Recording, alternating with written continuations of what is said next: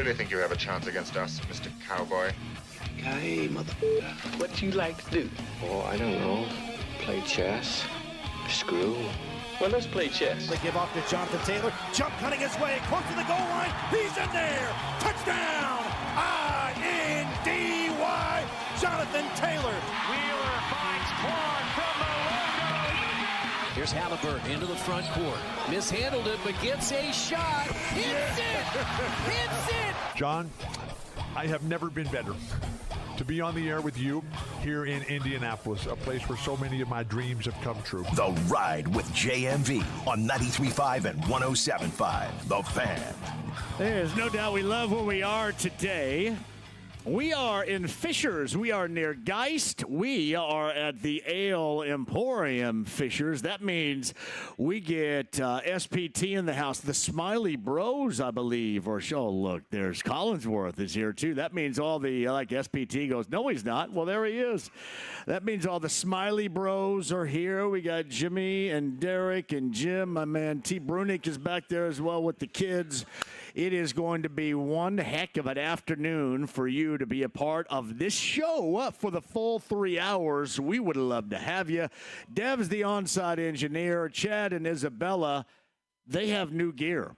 We have Larceny Bourbon Locks and Luna Azul Tequila Shots. Week 2 picks, but we also have new gear, which, by the way, is long sleeve gear. Not only do we have new gear here today, but we have new gear with Bud Light Blue Friday coming up downtown with our good friend Tommy S. tomorrow as well. So it is incredible. Now, I should also mention that it is not lost and it never will be lost on us, the situation that September 11th has and will always represent today.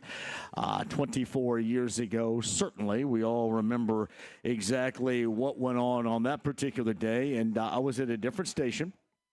Certainly it was a different time in my life, but there is one thing that I will always remember, and I always feel like it's important to reference that on this day, September the 11th, because I was guided so much of what I did to do and be what I'm doing right now and be so fortunate by a legend in this market, Mark Patrick. And on that particular day, I'm the producer, kind of like James is back at the studio, and I still believe that Mark put on the greatest radio show that day in the history of Indianapolis. And it didn't matter if it wasn't sports related, if it was news related. What it was understanding related. It was sympathetic related. It was knowing the situation and dealing with it in a manner on the fly that I can only barely comprehend. I was absolutely in awe on that day. And you go back 24 years, and certainly the visuals have still a resounding impact upon us. But Mark relaying on the fly, and it was a different era of information gathering then. Mark relaying on the fly in a completely understanding, sympathetic fashion was something today I hold as the gold standard and am incredibly proud to have been a part of that, especially under the absolute worst circumstances. And it was incredible with what he accomplished on one of the worst days, if not the worst day of all time. Still holds a lot in my heart going all the way back in my radio days. I've done a lot of radio shows. I will never be a part of a radio show like that. And, all of that I've learned from him. Certainly, and I would tell you, there's some things that I go ahead and do on my own, which I probably should go ahead and take the things that he has done and carried that over too. The things I do on my own, I think, screw things up. But certainly the impact that that day had on me, both personally and professionally, and really all of us, will still something I want to recollect on this day, as we always will, on September the 11th. And today finds us, we are in Fishers near Geist at the Ale Emporium. And things that are of much less importance, but certainly we will talk about over the course of the afternoon, is a great deal of football as it starts on a Thursday night on Amazon Prime later on tonight, week number 2. And I will share this with you because we'll concentrate clearly on the Broncos and the Colts, but we'll get into Thursday night's game. And one of the reasons why, the guy to my right, Brent Halverson of Heaven Hill Distillery, his Packers are at Lambeau against the Washington Commanders. They can get out to a really nice start with a tough team in their place later on tonight. But evidently, my man is going to be watching some volleyball, very important volleyball later on tonight. Brent, is this true? Yeah, it is true. And it's, it's one of those things you look at and it's like, well, how do I get around this? Well, you really can't. It's, Sierra Senior Year, playing against Yorktown, which has kind of been the Achilles heel for Mount Vernon volleyball for the year. So it's going to be a big game. The girls are at 12-1 right now, so they're playing pretty strong. It's going to be a battle in Yorktown tonight. So I will be there, and we'll be sneaking around. And Yorktown's like the gold standard, too, as well, of volleyball in the state, is it not? Yeah. They have really kind of taken the conference that we play in and pretty much owned it for last several years. So the Packers are not going to have you as a firm backer until this volleyball match is over this evening, is what you're saying? John, I wouldn't say that. Due to technology that's going these too far? days and the power of a little phone and some earbuds, I'm going to try to, juggle both if I can. So we'll do a little bit of that and go from there. That's Brent Halverson, Heaven Hill Distillery. Did you see that we have new gear? We have sharp gear, too. Larceny Bourbon Locks and Luna Azul Tequila Shots gear. Long sleeve coming up for this season that's getting ready to change. I dig the fall active wear. I do too, man. I just went across the parking lot and bought a lot of my fall active wear at the Goodwill location right there, which is an absolute gold mine right here. Hey, that for is. Those of us that are needing new gear, because at least for me, I'm fortunate that all kind of the old gear falls off of me, but that is an outstanding location to find what is necessary for you to move forward in the fall, Brent. I tell you what, I've been there a couple times, looking more so looking for some like Halloween type costumes, but they got some good stuff in there, John. I mean, there's some you're in the right area. There's some nice knits to be had. I was here for Game 1 of the NBA Finals with the Thunder and the Pacers, and went over there. I bought my entire summer wardrobe before the show, right over there. All right. Right over there, which was outstanding, and I do love it. But no, we got, including the Commanders and the Packers, we have another huge list of Week 2 games. Let's go ahead and double back to week number 1. How did we do? And the reason why I bring this up is because one of us sitting right here before you did really well, did they not? Yes, that is correct, and that would be in the direction of yourself, my friend. Let me tell you this. Sometimes being in the bag pays. Let me tell you, being in the bag, you can go ahead and throw the dart at the dartboard and hit it right. Well, you did well. You were 11-5 last week, so that was outstanding. Only to be notched, though, by Mr. Nally of Joe's. He dropped a 12-4 out there. Did he really? The 12-4 for Now's, man. That's well done right there. And there were several games, though. If you look back, I mean, especially, if you look at that, man, what a Monday night game, too, though, right? I mean, Sunday night game and even Monday night game. That Sunday night game, though, that was all Baltimore. And how Josh Allen and the Bills came back to pull that W out was pretty outstanding. I mean, it was outstanding. It was a great way to kick off week 1 of the NFL season. Kind of shows you that nothing's ever for sure, right? I mean, what was it, a 15-point lead with 5 minutes left? Listen, I know that absolutely everybody loves in wagering on football games. I don't know how you do it, because it could change at the last minute on an absolute dime. And I know that there are no sure things. I understand that Vegas is smarter than us all. That's why it looks the way Vegas does. But, man, I don't know how you deal with that week in and week out. Here's how you deal with it, John. Here's how you deal with it. So you take some of these games that aren't so bright, right? Like you find some of these little doggies out there, and it's going to cause you to watch the game. Now, yourself, if you were to put $100 in each game, you would have won $600 last week. So what about? Oh, well, hold on a minute. So money does talk to me. Money does talk. Money can talk to you. You would have won $550 because you would have to pay your 5 losers. your juice on that. But yeah, you would have won $550. So I would have an extra $550 if to I go would to have been Goodwill and motivated. shop. Yes, Yeah, you could have bought the store out. I could have. I could have bought some furniture in there too. Listen, I'm not lost on the furniture in that location from up here too. These guys, people know what they're talking about. That's right. And they move in and out. They move in and out of settings in their living room or family rooms quicker than I can. So I'm all good with it. I'll go get something over there. Well, a nice easy chair. You would have had an easy chair, 400 shirts, and maybe a hat or something. I can buy like an entire living room ensemble, or maybe just one recliner, right? That's been old from someplace else. So that's how you do it. Makes sense right there. But no, seriously. So upwards of $500+ going 11-5. That would have been the payout for me last. It would have been if you put 100 on every game. That's right. You have to pay your juice on it, so you would have lost $10 on each of your losses. Right. You lose $50. You win $600. And you take that off, you get $550. You would have $550, John. So that is a little note for you for future references. If you're going to ride a hot streak this year, you better jump on it, man, because it's gonna pay out dividends. Varsity Bourbon Locks, Luna Azul Tequila Shots. We would love to see you at the Ale Emporium, because we know you're going to come up here and eat, but we got the cocktail samples that are flowing right now, too. In week 2 of the NFL season, our Varsity Bourbon Locks and Luna Azul Tequila Shots coming up here in the 4 o'clock hour. We shall do that. Alec Pierce, Colts wide receiver, joins us coming up here after 5 as well. So cannot wait to do that. Cannot wait to have you up here. And I always ask this question because I know normally if I blank up a weekend of picks, then I know what really sticks out to me. You go 8-8, so you're even, Steven, in week number 1. Does anything stand out to you as far as, oh, man, this is a game that I didn't see coming? Anything at all? Well, a couple of them. I mean, one, that Baltimore Bills game that we just spoke about. I mean, I had Baltimore in that game. I think I was the only one out of the 4 of us that did. And I'm sitting back going, oh, this looks pretty good. You're up 15, 4 minutes to go. Derrick Henry fumbles the ball, and you realize everything's going to come crashing down like it did. That was one of them. And, again, even that Monday night game. Minnesota, they looked absolutely horrible for 3 quarters and turned the tail of the tide. And then Chicago kind of went back to being Chicago, and they lost that game. So J.J. McCarthy was being written off, and he got to go get somebody else, and he's not the guy. How can Sam Darnold go?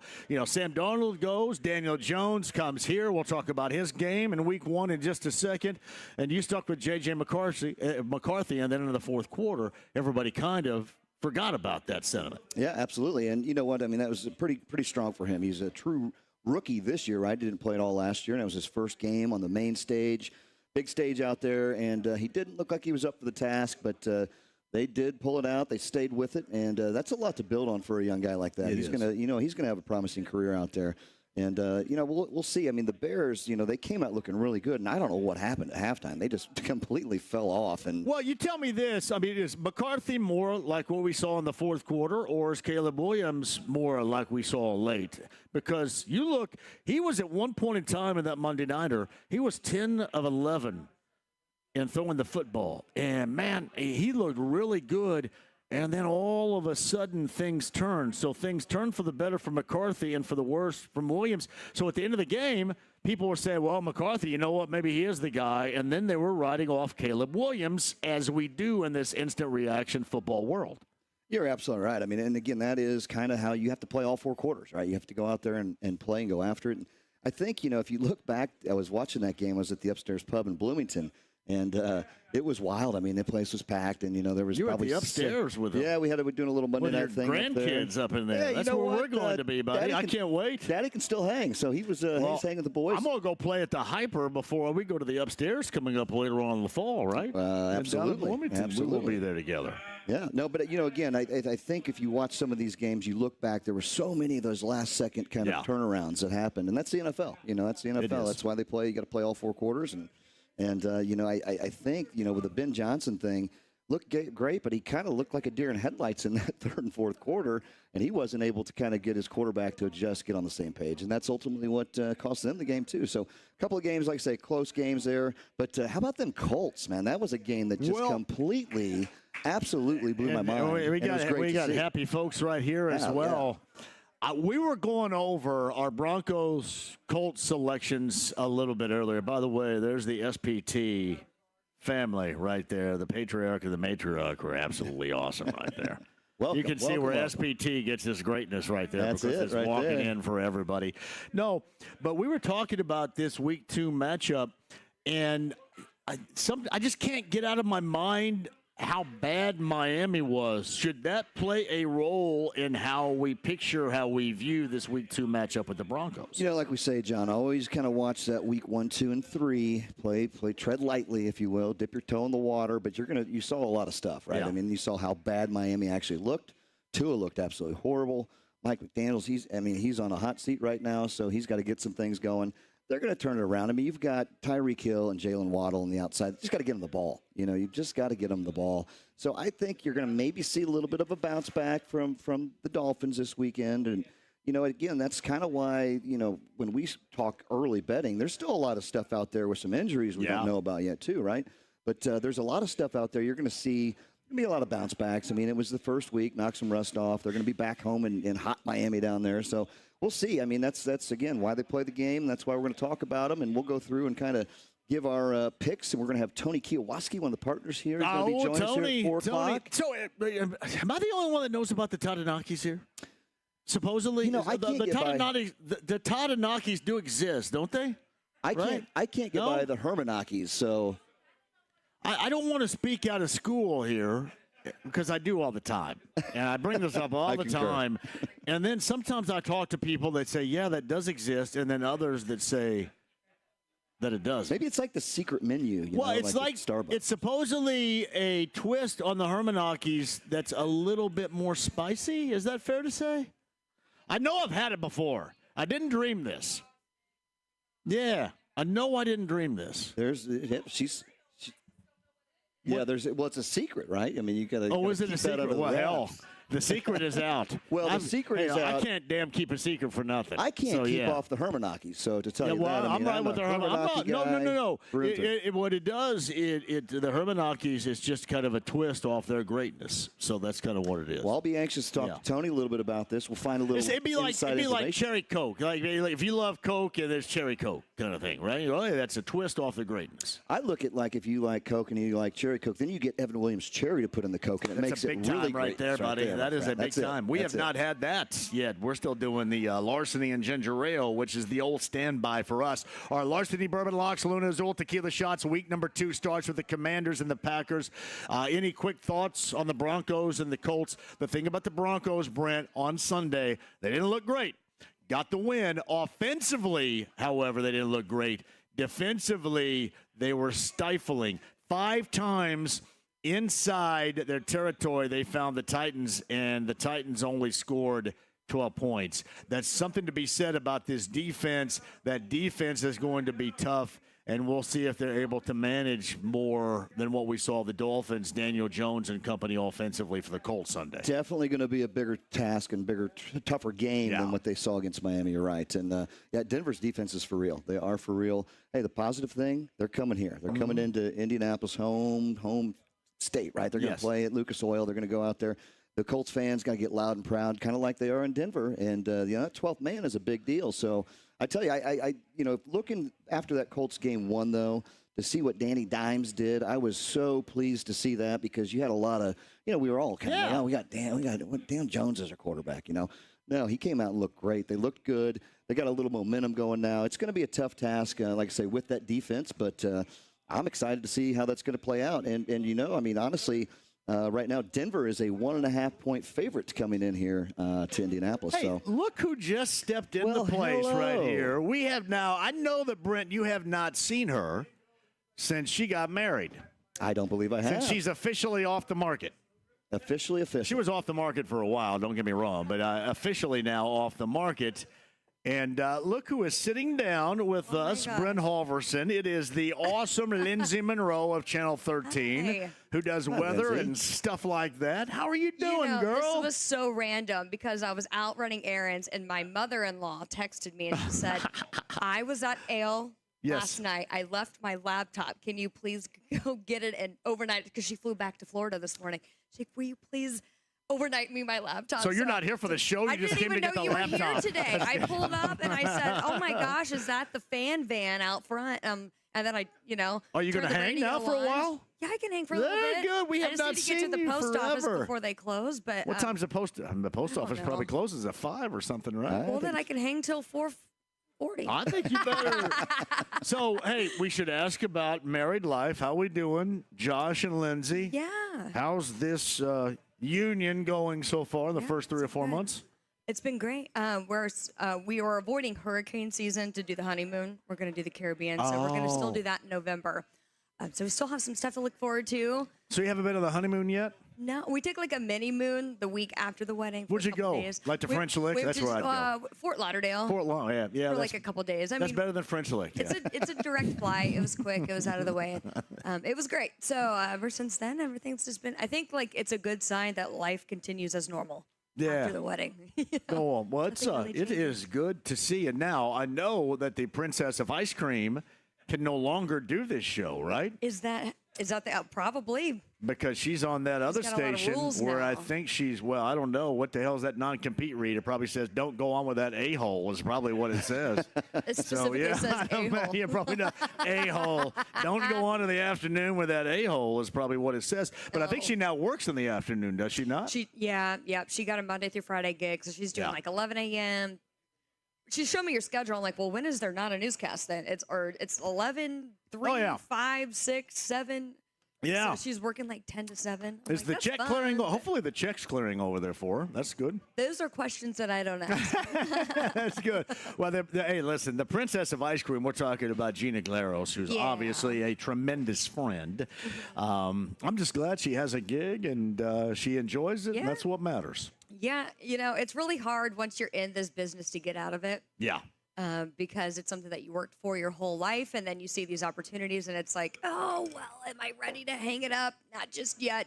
Things are changing in the industry a lot, so I'm kind of just trying to milk it for all it's worth as well. Lindsay Monroe is here from Channel 13 WTHR. Before we take a break, we'll come back in a second. How are things going there?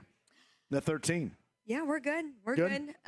There's news about the merger, but a lot of stuff has to happen behind the scenes for that to actually take place. So we're all just kind of grinding. Are you allowed to talk? I mean, so I guess we're going to be, because I go on 59 all the time. So yeah, like every Sunday night. Well, the thing I do it from my living room in my underwear. It's beautiful. I barely have any clothes on at all. Do you have the camera fired up when that's all going down, or do you try to do like a? I keep it right here. I keep it right here. Like a neck up. I actually showed them because they don't ever believe me. And I go, yeah, well, look, I'm sitting here because sometimes it's 7 or 8 o'clock at night, and I'm not wearing any pants. Well, no. On a Sunday evening like that, we're comfortable. We're rocking the underwear right there. But no, I do 59 overtime, so I didn't know if we were going to become colleagues of sorts. That's such a weird thing because obviously there's a lot of overlap with friendships. I mean, it's a small business. We know a lot of people, and people I used to work with who work over there now. So we'll see how it plays out over the next year. I think the whole thing is in uncharted territory. I mean, it's going to be new regulations, and who really knows? So who really knows? That is the awesome Lindsay Monroe's. They're going to hang out for a while here. We're at the Ale Emporium. Hey, we're near Geist and Fishers. Hey, James, somebody is telling me the chat is not up. Is the chat up or down today, James? Can you give me a status update on the chat today? The chat is down for the day. It may be down for the rest of the week. Down for what? Is there a problem here? Do we have software issues? No, just because of things that have happened this week, we've just decided to take the chat down for the rest of the week. Oh, we have jackassery issues, is what we have. Yeah. Come on now, guys, we can't have jackassery issues. We don't here near Geist at the Ale Emporium. Brett Halverson with our Larceny Bourbon Locks and Luna Azul Tequila Shots, and we have new gear, don't we, buddy? We do have new gear. Those are sharp too. I mean, I love seeing those. Huh? Yeah, pretty long sleeve. Ready for the fall. Also have some great Luna Azul, some great Larceny shirts as well. We got some sunglasses, koozies. We got all kinds. Look at the hands over there. It's like a Vanna White showcasing. Hand models. Yes, that's awesome. Doing that. All right, my friends are going to join us on the other side. We also want to hit the college football weekend. It starts officially tomorrow. Indiana State and IU down in Bloomington. Yep. But Purdue and SC coming up this weekend, and Notre Dame and Texas A&M, maybe the biggest on the schedule this weekend. We'll talk about that with you coming up on the other side. Lindsay, you going to hang? Yeah, I'll hang. Lindsay Monroe, Channel 13, Brett Halverson, Heaven Hill Distillery, John And nothing really in particular here. Ale Emporium, we're in Fishers today. Larceny Bourbon Locks, Luna Azul Tequila Shots. Do not go anywhere. Bullseye passes we have to give away coming up. Stand by for that. We have the text line at 317-239-1070 if you want to call in. 317-239-1070 as well. Utilize that in whatever fashion you want. And then join us. We're at the Ale Emporium in Fishers with 93.5 and 107.5 The Fan.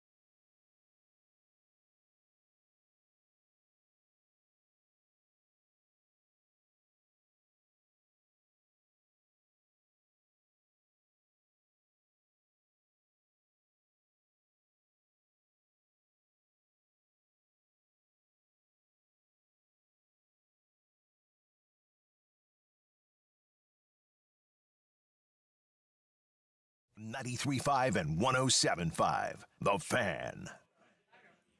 My goodness, I'm glad. This is nothing but the 90s on the JMV takeover this weekend. Where does Beck rank from the 1990s as one of your favorites, guys? Anywhere? Ale Emporium and Fishers. Beck, anybody out there? I have actually seen Beck. He opened up for U2 at Lucas Oil Stadium some probably 8 or 9 years ago, Brent Halverson. Have you ever seen Beck? Do you remember the song "The Loser"? Did you play that back in the day? I did, John, but it wasn't really in the top 100 of my listen-tos. How would we describe Beck as an artist? Kind of that alternative little jammy, little rocky. I think we would put that on the divorced dad playlist that they have. Lord. Why don't you just go ahead and come off the top damn rope here? That's one of the fun ones that we like to play on the golf course. Hey, how you doing, Lindsay? Spotify. Welcome back. You asked. I did. I got to remember who I'm dealing with here is what I got to remember. So, yeah, thank you. And Lindsay Monroe is back from Channel 13. What time you got to get up in the morning, girl? Oh, tomorrow's my Sunday, so I don't have to get up. So you don't work on Fridays? No. How do they got their numbers probably plummet without you? I think so. Well, they've got the big morning show with the Dominic Miranda. Oh yeah, he goes on with our morning show. Yeah. I think. Yeah. That was a I've never cool met this partnership. dude. Is he cool or a Great nerd? guy. But you Great have to guy? be a little nerdy to be a sports statistician, I would think. Is he a stat geek? Yeah, I think so. No, but he's got a great gig. Let the records reflect, James, that Lindsay Monroe is citing Dominic Miranda as being a nerd. I'm gonna write that down right here. Let's say that complimentary.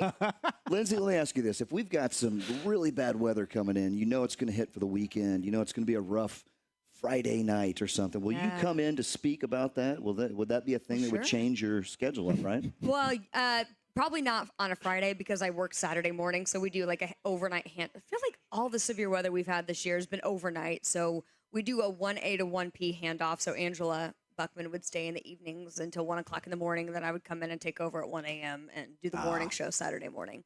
Gotcha. But here's what I always wanted to know, and we'll get back to football because we got the college weekend to talk about in just a second. But with weather, why is it that everybody around here that does weather seemingly loves cold weather? Because I think it sucks. I'm not that. I'm like the exception to hot the and rule. humid was great. It was great. And then everybody denounced that level of greatness, and I always thought, man, why do you guys like January and February so damn much? I think people like fall a lot, and they like you have to just embrace snow if you live here, or else you're just going to be miserable. So you just have to like. Yeah. I think they genuinely like it. Like Matthew Faltz, he's the anchor with me on the weekend morning shows. He loves snowboarding and like snow adventures, and that seems like my worst nightmare. Can the dude just not play basketball, snowboarding? He wakeboards, snowboards is pretty impressive, but I'm like, man, I'm not interested in that. And then you got fall lovers. A lot of people like that, but fall leads to winter, so I'm just like trying to hang on to summer. So I'm loving. It's kind of late summer. I love it too. I do, and I want to see people to be able to extend their period of time to enjoy their pools and such. And I'm going to the pool tomorrow. Yeah, are you really? Yeah, at the country club. Hell yeah, at the country club. Yeah, Lindsay Monroe's going to the country club tomorrow, Brent. Well, everywhere else has shut their pools down. Well, and we're going to start watching college football coming up tomorrow night, and we'll start with Indiana State and IU. Last check, Brent. Indiana State's getting paid $550,000. That's the reason why they're going. And they are 48.5-point underdogs. Is that accurate still? The Hoosiers are a 48.5-point favorite, John. That's a lot of points. That's a lot of Two points. undefeated teams. So tell me, who in their right mind is going to lay the 48.5 and take IU? Anybody? Well, I tell you, I mean, they can put up some points as they did. Sean Collinsworth is out there. Yeah. That sounds like that he got advice from Dave Smiley of the Smiley Morning Show, who wouldn't know sports if sports smacked him on the head. Wait a minute, what's this sports stuff about? Yeah, that's classic. Yeah, so 48.5. Would you take that? I'd probably stay off that one, John. Yeah. Probably would. I'm gonna lay a little bit low on that one right there. You just don't know, but. Mendoza, look, my boy Elijah, the receiver, he's caught 3 of those 4 passes from Mendoza. Hey, but your Sycamores, though, they're looking pretty decent. They haven't. They're really played 2-0. a whole lot. They beat teams that aren't very good. Yep. Eastern Illinois, by the way, Eastern Illinois, they've got legacy guys like Tony Romo, Sean Payton, Mike Shanahan, Jimmy Garoppolo. They're just not there right now. And I think that's the difference. They beat Eastern Illinois and I think somebody called McKendree in week number 1. I will say this. Kurt Mallory is the head coach of Indiana State, and you know this to be true. I will always prop up and hype up Indiana State because I'm the only one around here that will, and that is one of the toughest jobs anywhere if you're going to be a coach because you have not a lot of funds, and it to me, whatever you can squeeze out of that, Lindsay, is something extra special. And I think Kurt Mallory does a tremendous job, or as good a job as you can over there, because that job is hard.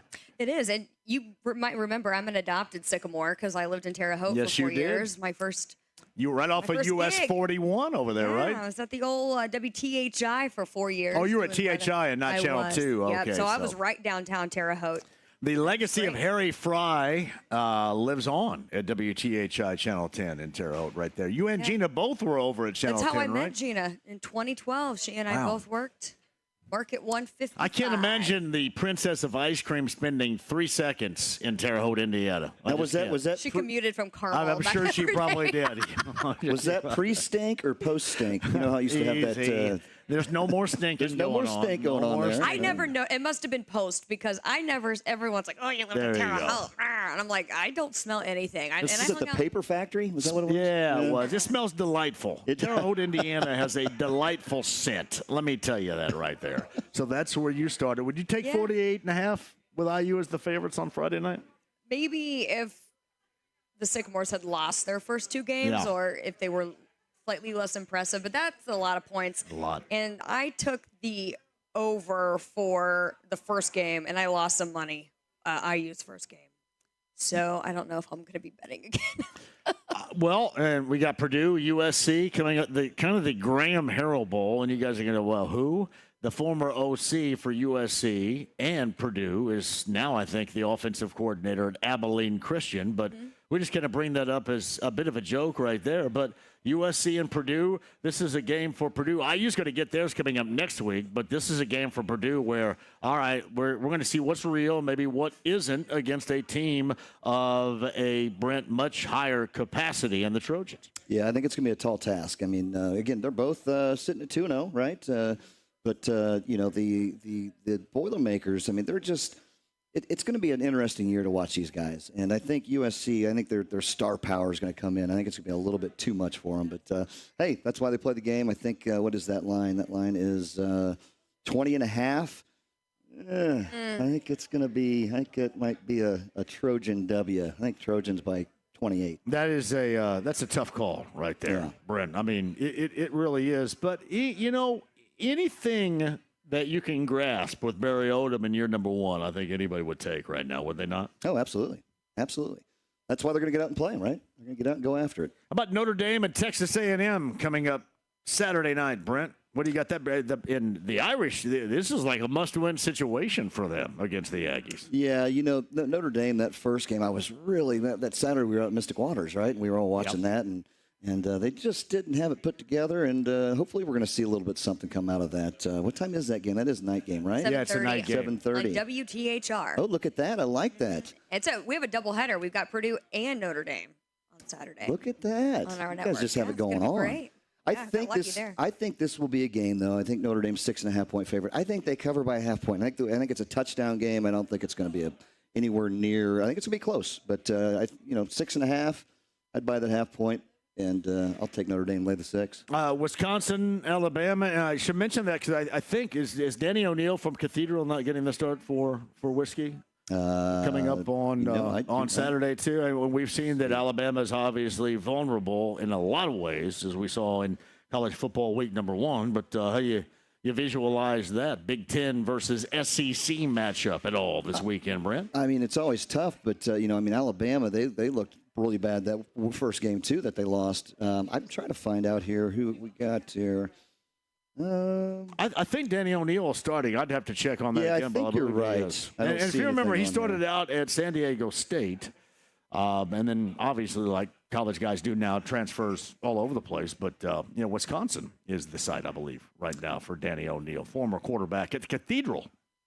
And looks like Alabama's a 19.5-point favorite right now. So, it could be one of those games I might lean on taking actually, it's 21. It is 21. Sorry about that. Yeah, Skip just hit me up here. Speaking of Danny Dimes, how about Danny O'Neal of Cathedral starting for Wisconsin against Alabama this weekend? So thank you, Skip, for that. He sent that. So just a local interest thought right there. Anything else stand out about the college football weekend at all? I mean, really, it's not a huge top 25 matchup-ridden Saturday, but Notre Dame and Texas A&M, Lindsay's pretty good on Channel 13 coming up on Saturday night. Yeah, it's going to be a good game. I'm excited for some actual matchups to start taking place so we can see the actual extent of the talent, what the teams actually look like versus just kind of some practice games. So yeah, I'm doubt. excited to get this season actually going here. It has been fun so far. All right, we are at Ale Emporium in Fishers. Brent Holverson for Heaven Hill Distillery and our Larceny Bourbon Locks and Luna Azul Tequila Shots at the top of the hour. Absolutely. Pleasure to be back. We're going to have Tony join us to do some guest picks. We'll talk some good Ale Emporium stuff. Not a better place to come out. Look at the TV package. The food here is awesome. Like you mentioned, the Hermanaki wings, to me, are the best wings in the state of Indiana.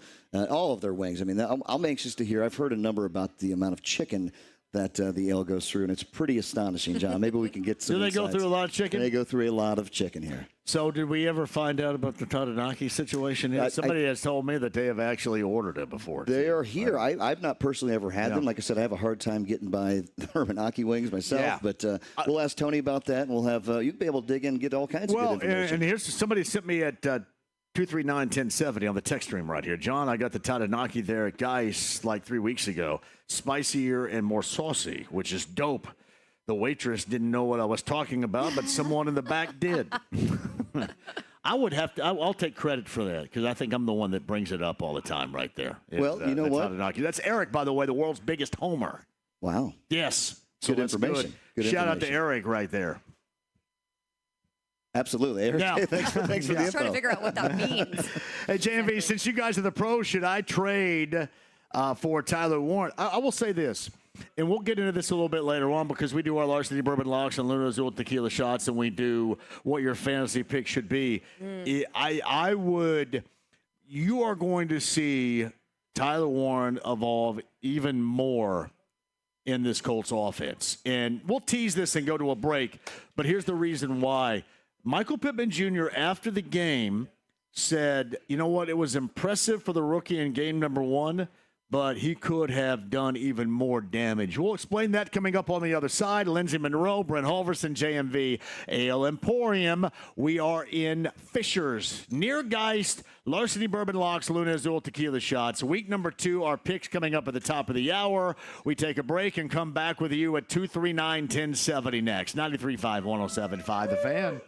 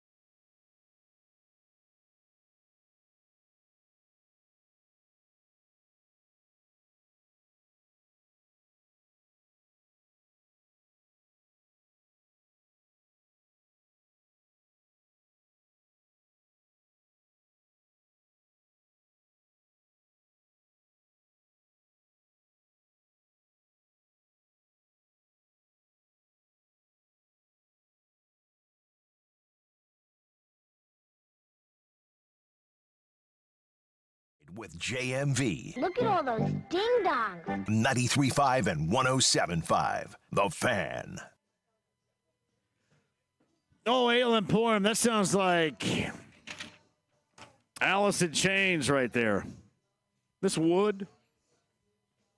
Get a great entry. Nothing but the 90s coming up on Saturday night. B105.7. The great entry is going to be with Colts week number 1. The sounds of Matt Taylor, Colts Radio Network.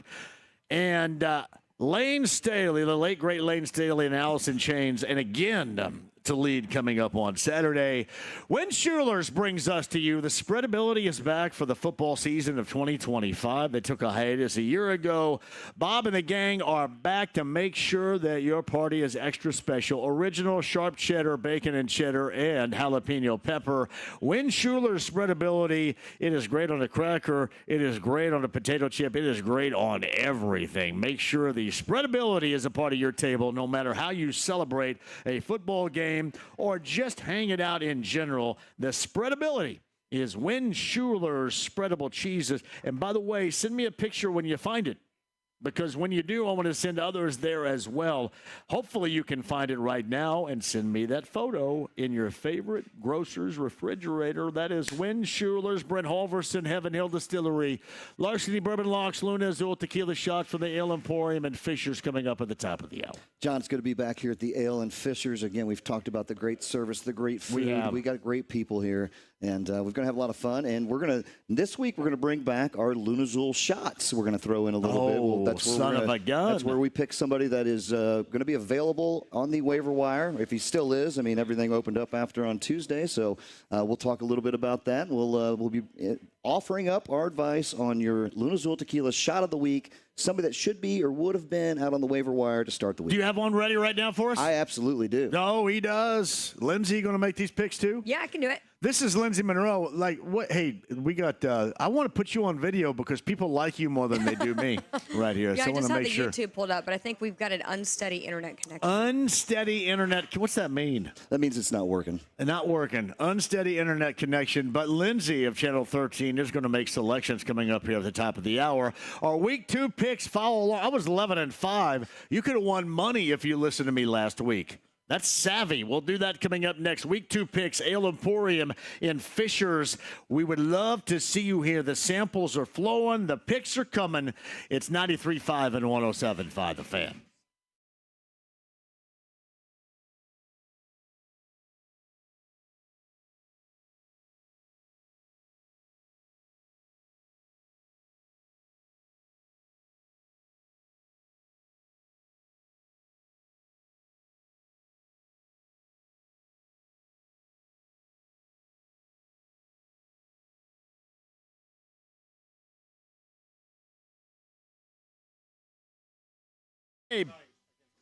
BullseyeEventGroup.com and the Colts VIP tailgate presented by Hayes & Sons Restoration. The doors are going to open from Kyle Connett at 1 p.m. on Sunday. That means you can watch all of the games in the early afternoon right there before you at the Bullseye Event Center with BullseyeEventGroup.com and the Colts VIP tailgate. Let's just say, for example, you don't end up winning tickets from me. You can get passes to make sure you're a part of it, and then get and combo up tickets to the game with BullseyeEventGroup.com. Kelsey Murphy has all the fixins with the great food. She is incredible. All you can eat, all you can drink. Our good friend DJ Skids got you as well.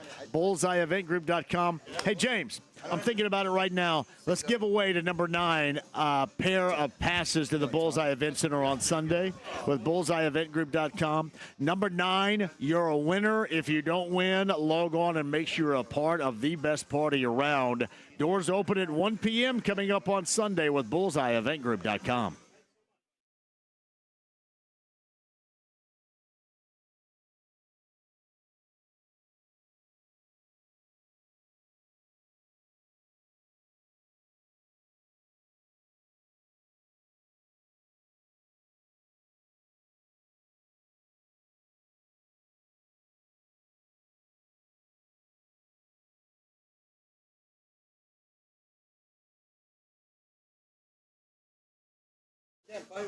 Hey, John, for Andy Moore, BYU GMC, 131st, State Road 37.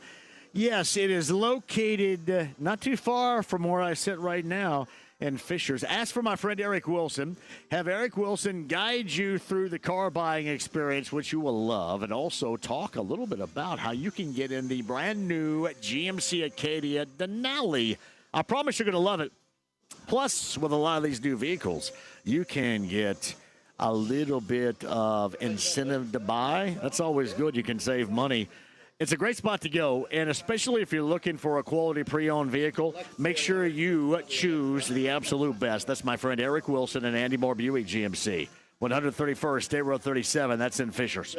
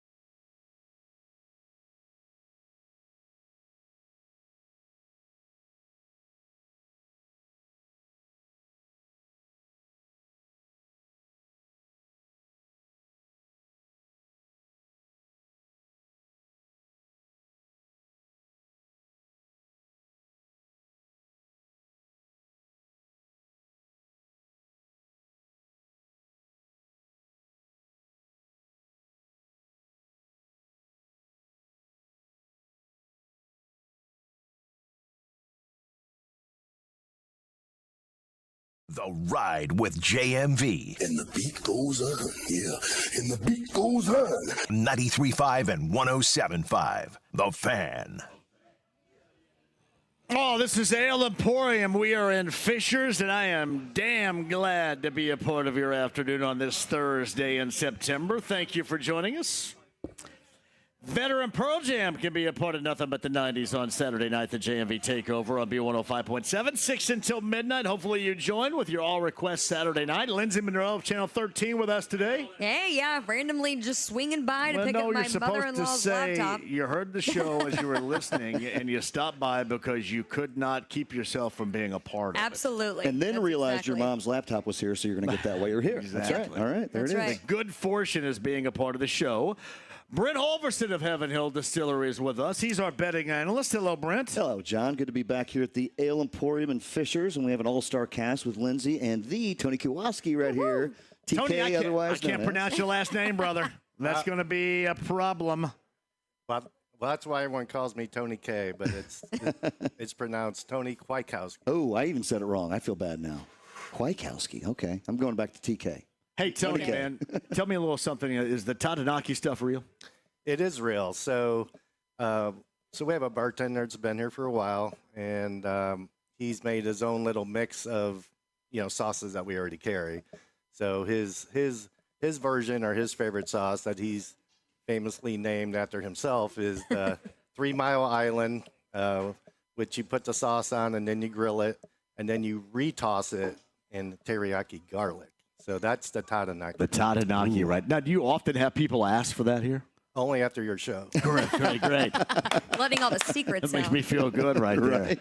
So some people think it's a myth, but I think that's kind of cool. I do. Yes. What's really cool about our guests is with all our sauces, since we retoss our sauce, so you can get a sauce, your favorite sauce, and have it retossed after it's grilled and it caramelizes on the grill.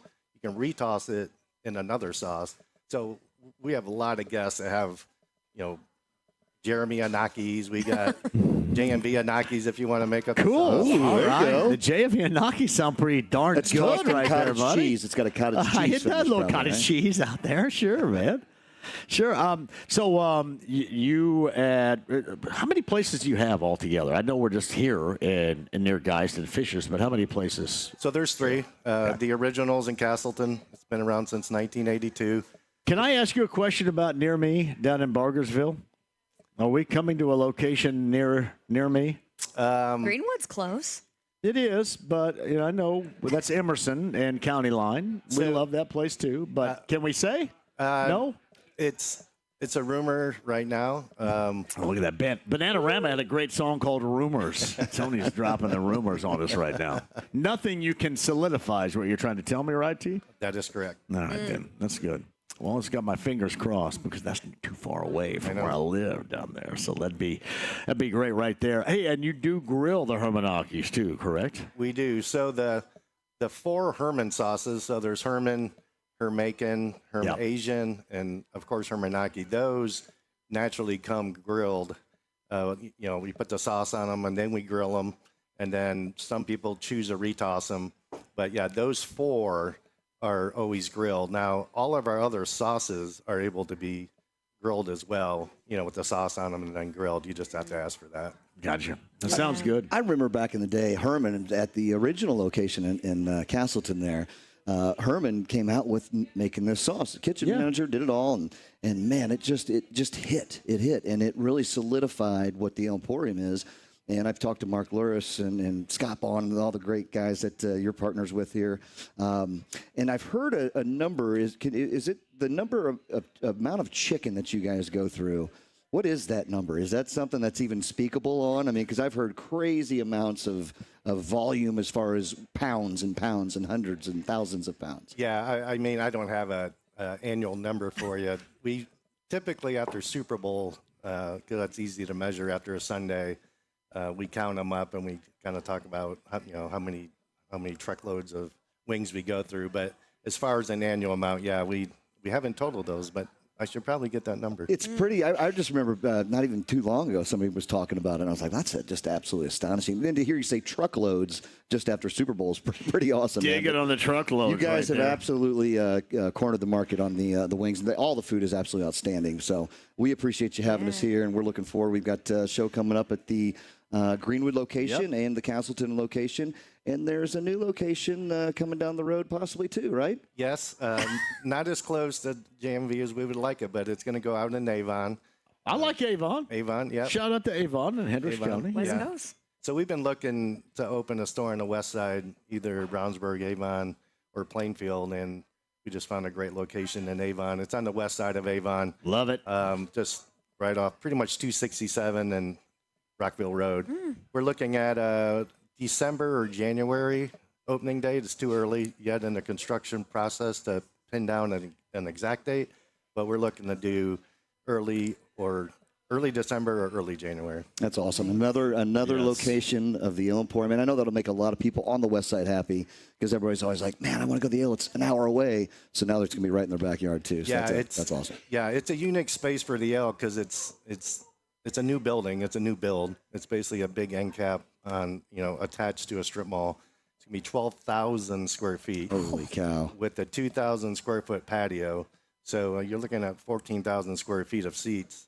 And the AV, the TVs, the sound, live music there, it's going to be an incredible location. Wow, that's awesome. Love to see what you guys are doing with the expansions too, my friend. Hats off to you. All right. Hey, let's get started. Tony, Brent, Lindsay, you guys ready for picks? Let's I know do it. I am. Hey, Week go 2. ahead and sound the band back of the studio, James. Our Larceny Bourbon Locks. Luna Azul Tequila shots for week number 2. So we start out later on tonight. Brent Halverson and his Packers, he's going to be watching volleyball in Yorktown when a lot of this is going on.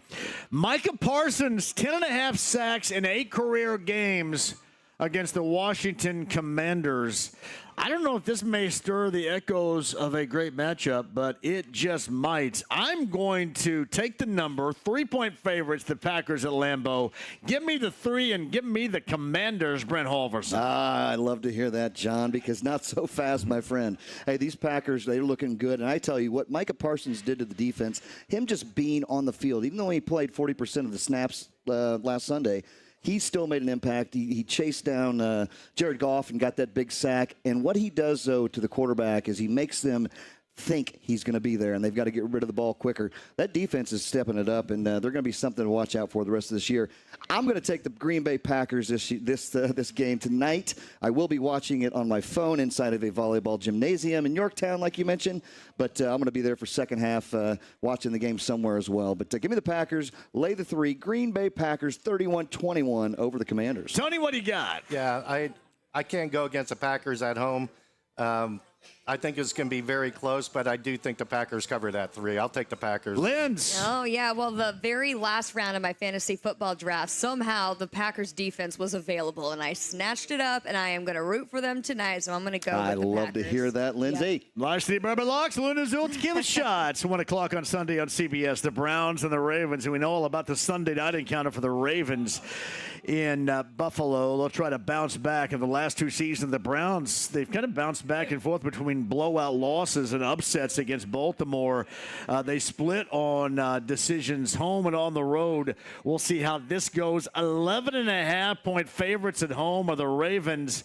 I'm going to go ahead and take that number, Brent, and give me the Browns on the road, not to win, but to cover the number. What say you? Well, again, looking at you think right away that, man, this is just hands down going to be a blowout by Baltimore Ravens, and I think Baltimore wins this game handily. But that 11.5 is a big fat number, John. I think that's going to come into play. I got Baltimore winning the game 30-20. That means Cleveland Browns plus 11.5 would cover. And I love it. I'm going to take Cleveland with you plus 11.5. Tony, what do you got over there? Yeah, I'll take the Browns. I think they win by 10. That's a big number. That's a number where you get an easy backdoor cover, so I'll take the Browns on the road. Lindsay Monroe of Channel 13. No, I think the Ravens had that last-minute upset to end the game last Sunday night, and it was just a good game overall. I think they still played well. It was disappointing kind of how they gave it up there in the fourth quarter, but I still think that they're going to win handedly. and beat the Browns. Another 1 o'clock start CBS game, Jaguars and Bengals. Cincinnati was ugly for them against Cleveland, but they did survive. They'll have to contain Travis Etienne, who had a nice game in his opener for the Jaguars. Liam Cohen's debut was nice. Jags and Bengals. Bengals 3.5-point favorites. Lay the 3.5 and give me Cincy on their home opener. Brent? Yeah, you're right. Jacksonville, they did look good. Etienne had 143 yards on the ground, and he really stood up so well. Tank Bigsby's now gone, and it's his backfield to go with. Cincinnati, though, again, they always start slow. They did find a way to pull out that win, only winning by 1 at Cleveland, 17-16. I think they're going to be at home. I think they're going to come back. I think they're going to do some things here. Give me the Cincinnati Bengals. Lay the 3.5. Bengals 31, Jags 23. Tony, what are you talking about? Yeah, I don't think that's enough points. I think the Bengals back at home, first game in front of that crowd. I will lay the 3.5. That is Lindsey Monroe to my left. Yeah, I'm going to go with, I just cannot, in my good conscience, pick the Jaguars because AFC South, I don't need them winning any games. Any more games, so I'm going to go with the Bengals. All right, Sunday, 1 o'clock on Fox has an NFC East matchup with the Giants and the Cowboys. A couple of one-score games a year ago. 13-2 is the record of Dak Prescott against New York. Will his mastery continue? 4.5-point favorites at home of the Cowboys. Lay that 4.5 and give me the Cowboys, Brent Halverson. Yeah, I'm with you there. I think, I had bigger, grandeur ideas of what this New York team would be, but until they make that switch and get Jackson Dart in there, who needs to be in there as quarterback. Russell Wilson, he looked good running on the ground. He just can't throw the ball. You got to get somebody that can get Malik Neighbors the ball. He is a true stud, and I don't think Russell's got it.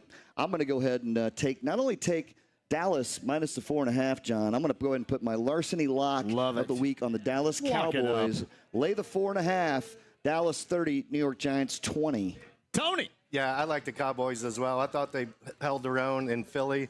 If it wasn't for a couple drop passes late, Cowboys are right in that game. I'll lay that 4.5 easily and take the Cowgirls. Lindsey Monroe of Channel 13. Hello. Oh, it's so hard to root for the Giants. You just want that team to figure it out, but I don't think they've got it figured out quite yet, so I'm going to go with the Cowboys. Well, the pressure's going to be on Caleb Williams, but also on Dan Campbell in this matchup on Fox in Detroit coming up on Sunday. The Bears and the Lions, equally not great starts. The Bears wilted late. The Lions really never got started against Green Bay. The number 6-point favorites, the Lions at home at Ford Field, lay the 6, and the Bears start 0-2 in a robust way. Lions get the win, Brett Halverson. Yeah, I think the Lions just ran into a giant package, and they couldn't get by and couldn't get started last week. I think they're going to bounce it back. The Bears are still going to bear. They started well last week, last Monday night, and they just couldn't do it when it came down to it in that third and fourth quarter. I'm going to go ahead and say Detroit is going to get the win here. Detroit wins, covers, lay the 6.5, 30-20, the Lions. Tony. Yeah, I think the Bears will cover this. Those games are always pretty tight. I think the Lions coaching situation, they still have a lot to figure out, and I think the Bears offense will get it going. I don't think they'll win, but I'll take the Bears +6. That is Lindsey Monroe, Channel 13. Also cannot root for the Bears and the Lions. I just want them to do good this season. So I'm gonna hope that they win. Man, Larceny Bourbon Locks, Lunas, Dual Tequila Shots, Week 2, Ale Emporium, Fishers. Thank you all for joining us. The Patriots and the Dolphins. The Dolphins were a mess. We saw that firsthand at Lucas Oil Stadium. The Patriots were massively disappointing in their home opening loss. Drake May, 46 passing attempts. They didn't run the ball well or enough. Will they make that adjustment? We know that Mike McDaniel, the Dolphins head coach, is on a hot seat, and the Dolphins look like an absolute mess. They're 1.5-point favorites. Listen, I am going to go ahead and take that number. Give me the Patriots on the road because I think that mess in South Florida continues for Mike McDaniel and company, Brent. Yeah, this is really going to be an interesting game. I mean, it's one of those games, and again, to see it come out with Miami as a 1.5-point favorite, that kind of tells me what I need to hear right there. Both these teams should be a lot better than what they both look like. I know New England got beat 20-13 by the Raiders, which are an up-and-coming team, and Miami, we all know that they really didn't even show up against the Colts. So I think it's going to be a little turnaround here. I'm going to go ahead and take the Fins at home. Lay the 1.5. It's going to be a close one. Miami 24-20 over the Patriots. Tony. Yeah, it's hard to take the Fins after last week. And And I think the Patriots actually played the Raiders, which I think are going to be better than what people think. So I will take the Patriots all day long on this one. Lindsay. In an effort to prop up our Colts, I am going to hope that the Dolphins were last week. They are a little, they're going to be a little better moving forward here. So in an effort to make that win look a little better for the Colts, I'm going to go with the Dolphins over the Patriots. All right, Niners and Saints Sunday, 1 o'clock on Fox. The Niners are massively banged up. We know that to be true. Spencer Rattler, however, with the Saints under center, a turnover and only took 1 second week number 1. Let's see if the Saints are any better and can play off of certainly the Niner injuries. I'm going to go ahead, though, and lay the number. The Niners are 3-point road favorites. Give me San Fran as banged up as they are still on the road in New Orleans Sunday. Brent. Yeah, this is it's interesting, right? We're still waiting on Brock Purdy news. It doesn't look, he's got a toe injury. It doesn't look like he's going to be playing. Yeah. I'm going to kind of plan on him not being in there. We know George Kittle's out for at least 4 games. I think that's going to be the tale of this game right here. Spencer Rattler's definitely not the guy, but, they had some standout performers. He managed things, 214 yards. And Juwan Johnson, who is not my Luna Azul Tequila shot of the week, but he would be in the top 3 at tight end. He came, I think he rolled off 76 yards. I think they're going to get this done. I think it's going to be close, and I'd say San Fran might even win it 20-19, but you're giving me 3 points with the home dog. I'll take the New Orleans Saints. What do you got, Tony? Yeah, I'll take the Niners. I don't care who the quarterback is. They have way too much talent. I think they'll eke out a win and cover that 3. Lindsay Monroe. Yeah, I'm going to go ahead and, hope McCaffrey has a good game. And I just haven't seen much from the Saints to think that they are going to win this one. So we're going to go with the 49ers. Oh, we have an AFC rivalry. Aaron Glenn is the first-year head coach. Disappointed in their loss in the opening week against the Steelers. But how about that come-from-behind win on Sunday night for the Bills? You get the Bills and the Jets Sunday, 1 o'clock on CBS. I think this is going to be, for me, relatively simple. 6.5-point favorites on the road of the Bills. Lay that 6.5, Brent. Give me Buffalo. Yeah, again, Jets were impressive, man. That was just an outstanding game, back and forth. They cost the Pittsburgh Steelers by covering by a 0.5 point as they were a 2.5-point favorite.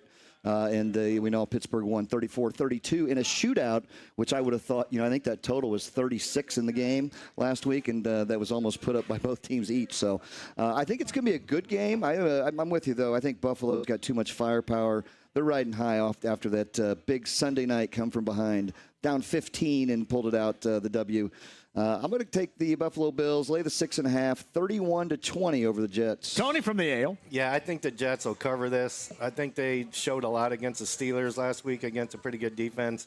I think the Bills win, but I think I'll take the 6.5. Lindsay Monroe, Channel 13 picks. Yeah, I'm shocked that some of these scores have these projected to be so close. After Josh Allen's performance last week, it's just so impressive, and they are on fire, all ready to get the season started this early, so I'm going to go with the Bills. Man, Mike McDonald and Sam Darnold, I'm tempted to take Seattle, going across country to Pittsburgh, coming up on Sunday, 1 o'clock on Fox. I know I'm not the biggest fan of Aaron Rodgers. Aaron Rodgers getting that first win under center for the Steelers in week number 1 in New York. 3-point favorites at home. Lay the 3, though, and give me the Steelers. No guts, no glory, but I'll roll with the Steelers on this one. Brent. I think this will be a great game. I mean, Seattle's got a great defense. Pittsburgh's defense got exploited last week. I think they're better than that. They're at home. They're riding high off of Mr. Aaron Rodgers' 4 touchdown passes. I think they're going to come out and get it done again. I'll lay the 3 with Pittsburgh Steelers 23-18 over the Seahawks. What do you got, Tony? Yeah, I'm a huge Steelers fan. Always been since I was a little kid. First home game, cross-country trip for the Seahawks. That 3's not enough. I'll take the Steelers -3. Lindsay Monroe was hanging out with us on this Thursday. Linz? I watched the Steelers game just because I thought I was going to see a dumpster fire coming from Aaron Rodgers. You wanted a dumpster, yeah. I don't care either way. However, I was so impressed with how the season started with Aaron Rodgers, so I'm going to go ahead and go with the Steelers. All right, so the Rams and the Titans. Cam Ward makes his home debut coming up, and that obviously week 3 is in the crosshairs for the Colts as they travel to Nashville. 5.5-point favorites are the Rams on the road. They start out their season within the AFC South. I'm going to go ahead and take the points. Give me the 5.5 and give me not to win, but to cover the Titans in their home opener and Cam Ward, the rookie quarterback, getting that first start in Nashville. Brent? Yeah, they ran into a buzzsaw. They only put up 12 points. against Denver. We talked about that Denver defense being a stout earlier, and they're going to be coming in here to Indianapolis here. But I really think the Rams, I mean, they didn't do much either. I mean, they really came out. They've got a lot more firepower. They beat the Houston 14-9. I think that the Rams, again, they're going to start to find it. We know Stafford's got he's a little banged up. But go ahead and give me the Los Angeles Rams on the road. Lay the 5.5, 24-17 victory over the Titans. Tony. Yeah, I'll take the Titans here in the points. You know, the Titans are only down a point, I think, against Denver at halftime. They didn't do much on offense. I think they had 7 or 8 first downs, but I think they get a little something going, just enough to cover that 5.5. Linz. All right, once again, I'm going to pick against the AFC South team, so I'm going to go with the Rams. Kyler Murray and Marvin Harrison Jr. get it done for me, as they did in week number 1. 6.5, lay that. The favorites at home, Arizona over Carolina. Give me the Cardinals. Brent? Yeah, I'm with you there. I think this Cardinals team, I mean, they're pretty. They've got a lot of power, and they usually play well in the first half of the season. They start to falter towards the end. But I think they're going to come out. You're playing a Carolina team that actually they just looked horrible. They're just panthering, if you will. You know, they haven't done much since. But I like Arizona in this game, John. I will take the Arizona Cardinals, lay the 6.5, 30-20 over the Panthers. Tony. Yeah, I think Panthers got some things to figure out. Going on the road to Arizona, pretty talented team. I'll take the Cards minus 6.5. Lindsey Monroe. All right. Yeah, just not an impressive start to the season from the old Panthers. So them on the road. Cardinals look pretty good. I'll take them. Oh, give me the Eagles and the Chiefs, everybody. Sunday, 4:25 on Fox from the toilet known as Arrowhead Stadium. I hate that place so bad. Oh, it's horrible. I do too. 1.5-point favorites on the road to the Eagles. I think the Chiefs bounce back. I'm going to take the 1.5, and the Chiefs are going to win this thing outright at home. They didn't get off to a good start in Brazil. So give me the Chiefs at home, and their home opener, Brent Holverson. Chiefs are banged up. Xavier Worthy gone. I mean, they're looking Thanks for a all lot, Travis Kelce. I think I drafted him in like the first 5 picks. Kelce knocked him out, man. Son of a gun. Philadelphia, again, I think Philly's the right play here. There's is a tough place to play. It's pretty loud, but it is a dump over there. I will guarantee I hate that. that place. I've been there and thought the same thing. But Philadelphia Eagles, I do like Philadelphia here. I'm going to say 24-20. They beat the Chiefs. Chiefs start 0-2. And for the first Luna Azul Tequila shot of the week, so this is where we pick somebody that should be on the waiver wire. And this is going to be a guy, I think it's going to be kind of their go-to for him. He was out there available in 60% of leagues. Marquise Hollywood Brown for the Chiefs. Look at you. He had a bunch of activity. I think he had, I forget what it was. He had 100 yards or close to that last week. I think he does something like that again. He's going to be the main guy for the Chiefs. So, Tony. Oh, sorry. I cut you off right there at the period. Tony, go. Yeah, this is a tough one. I'm only taking the Chiefs because I can't see them going 0-2, and that's the only reason why I'm taking the Chiefs. Lindsay, what are you thinking here? Well, I drafted A.J. Brown pretty high in my fantasy league and did nothing for me last week, and the Eagles barely beat the Cowboys. So, I don't know. I think the Chiefs are going to come back and get a little redemption from a week 1 loss, so I'm going to go with the Chiefs. Larceny Bourbon Locks, Luna Azul Tequila shots. Falcons. Heartbreaker. Vikings come from behind fourth quarter. J.J. McCarthy, 3.5-point favorites at home in Minneapolis. Lay that 3.5, and the Falcons start 0-2. Give me the Vikings, Brent. Hey, I will say this. I mean, I do like that call too, John, but the Falcons, they look good, and Penix Jr., he's going to be a stud. I think Drake London's out. He's going to be out. That's going to be a big hole for them. Minnesota laying the 3.5. I'd buy this to 3 just to be safe. That hook always seems to bite. However, I will lay the hook. Give me the Minnesota Vikings 27-20 over the Falcons. Tony? Yeah, the Falcons should have won that game last week against Tampa. They outplayed them. The Vikings really only played one good quarter of football. I'll take the 3.5 in the Falcons. Lindsey Monroe. Yeah, it's just so hard to trust the quarterback situation up in Minnesota right now. And I do like how the Falcons season is getting started, so we're going to go with the Falcons. Can the Texans start 0-2, the home opener against the Buccaneers? As we talked about, the Buccaneers survived against the Falcons in week number 1. 3.5-point favorites. Actually, 2.5, sorry. 2.5-point favorites, the Texans at home. Lay the 2.5. Give me a breakthrough first win of the season for the Texans coming up. Brent Holverson. This is another tough game. I think it's tough. I think it's going to be a hard-fought game. I think it's going to be close. But I love the Monday night back-to-back, by the way. Yeah, I do too. I do too. We've got a 7 o'clock game Monday night, and then it's going to be followed up by the 10 o'clock game. I'm going to go ahead and take Tampa Bay, though. I want those points. I'd buy it a half point to get me +3, but give me Tampa Bay plus the 2.5, 24-20 outright winner against Houston. Tony? I would love to see the Texans 0-2 to help the Colts, but I think they cover that 2.5 at home. I'll take the Texans. Lens. I was going to say the same thing. An 0-2 start for the Texans just is music to my ears as a Colts fan. So I'm going to go ahead and root for that to be the case. I'll go with the Buccaneers. Hey, let me tell you this. The second half of that Monday nighter, the Chargers and the Raiders. I know the Chargers, they beat Kansas City down in Brazil. But how about the Raiders on the road in New England to get started? The Pete Carroll era in Vegas.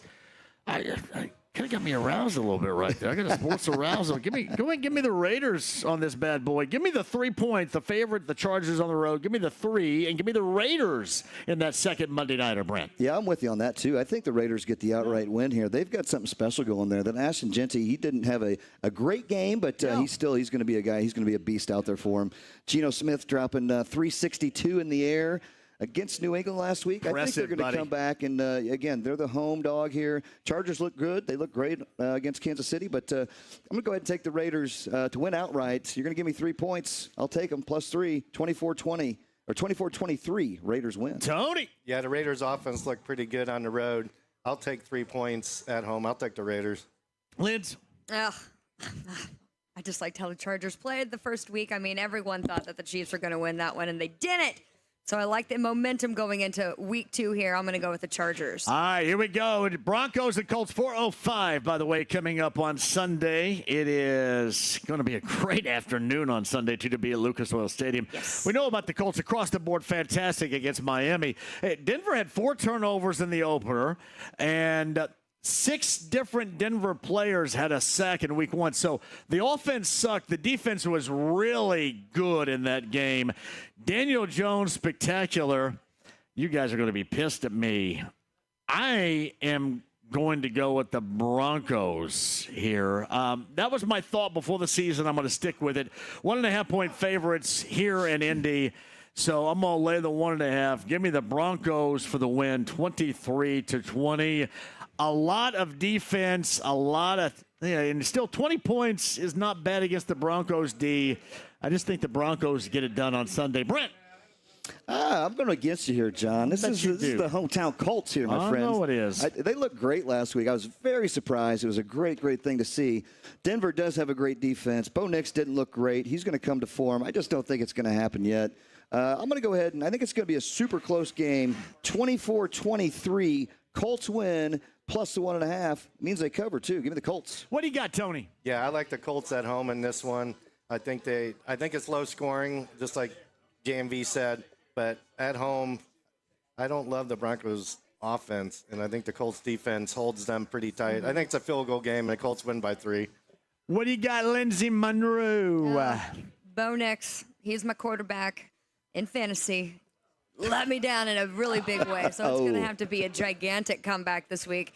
I just don't see it happening. I think the Colts defense is too good. I think the Colts starting off 1-0, get them fired up for week 2 here at another home game. Starting off the season 2 games at home. I think they're going to start off 2-0. Larceny Bourbon Locks and Luna Azul Tequila Shots. All right, we need to take a break here. We'll come back on the other side. I want you guys to think about some of these picks that you may be a little bit skeptical about. Right, and we'll talk a little bit more. Anything skeptical, or you feel solid about everything? Right there's here? a couple of them again we talked about. I mean, we'll go through those. We'll do that on the other side. Right. Tony, stay with us too. Lindsay, stay with us as well. The Ale Emporium. We are in Fishers. We'll take a break and come back. It's our Larceny Bourbon Locks and Luna Azul Tequila Shots for week number 2. Am I the only one that went with the Broncos? I believe you are. Good Lord, what a horse's ass! What a horse's ass I am. That's terrible. I know. I can't do it though. Hey, you got to go with your betting gut, my friend. I got to go with the betting. Your inner nerds telling you statistically. Well, I got a couple of dorks on here right now that are telling me stuff. So I go with the dorks. Quick break. We'll come back. Ale and Fishers, don't go anywhere. Back with you and Alec Pierce, Colts wide receiver, top of the hour. 93.5, 107.5 The Fan.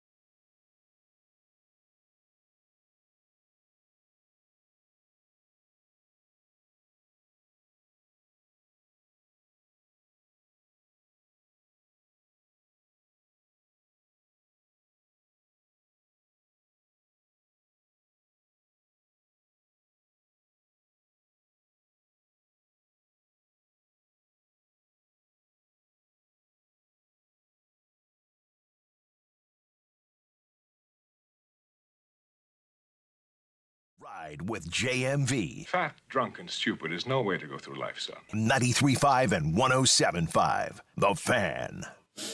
Win Schuler Spreadability is back with us for the football season. Make sure you find that in your favorite grocer's refrigerator. When you do, help us locate it. The Spreadability Original Sharp Cheddar, Bacon and Cheddar, Jalapeno Pepper. 4 tubs of Win Schuler's will make your day. No matter what you're dipping that in, it's Win Schuler's Spreadability.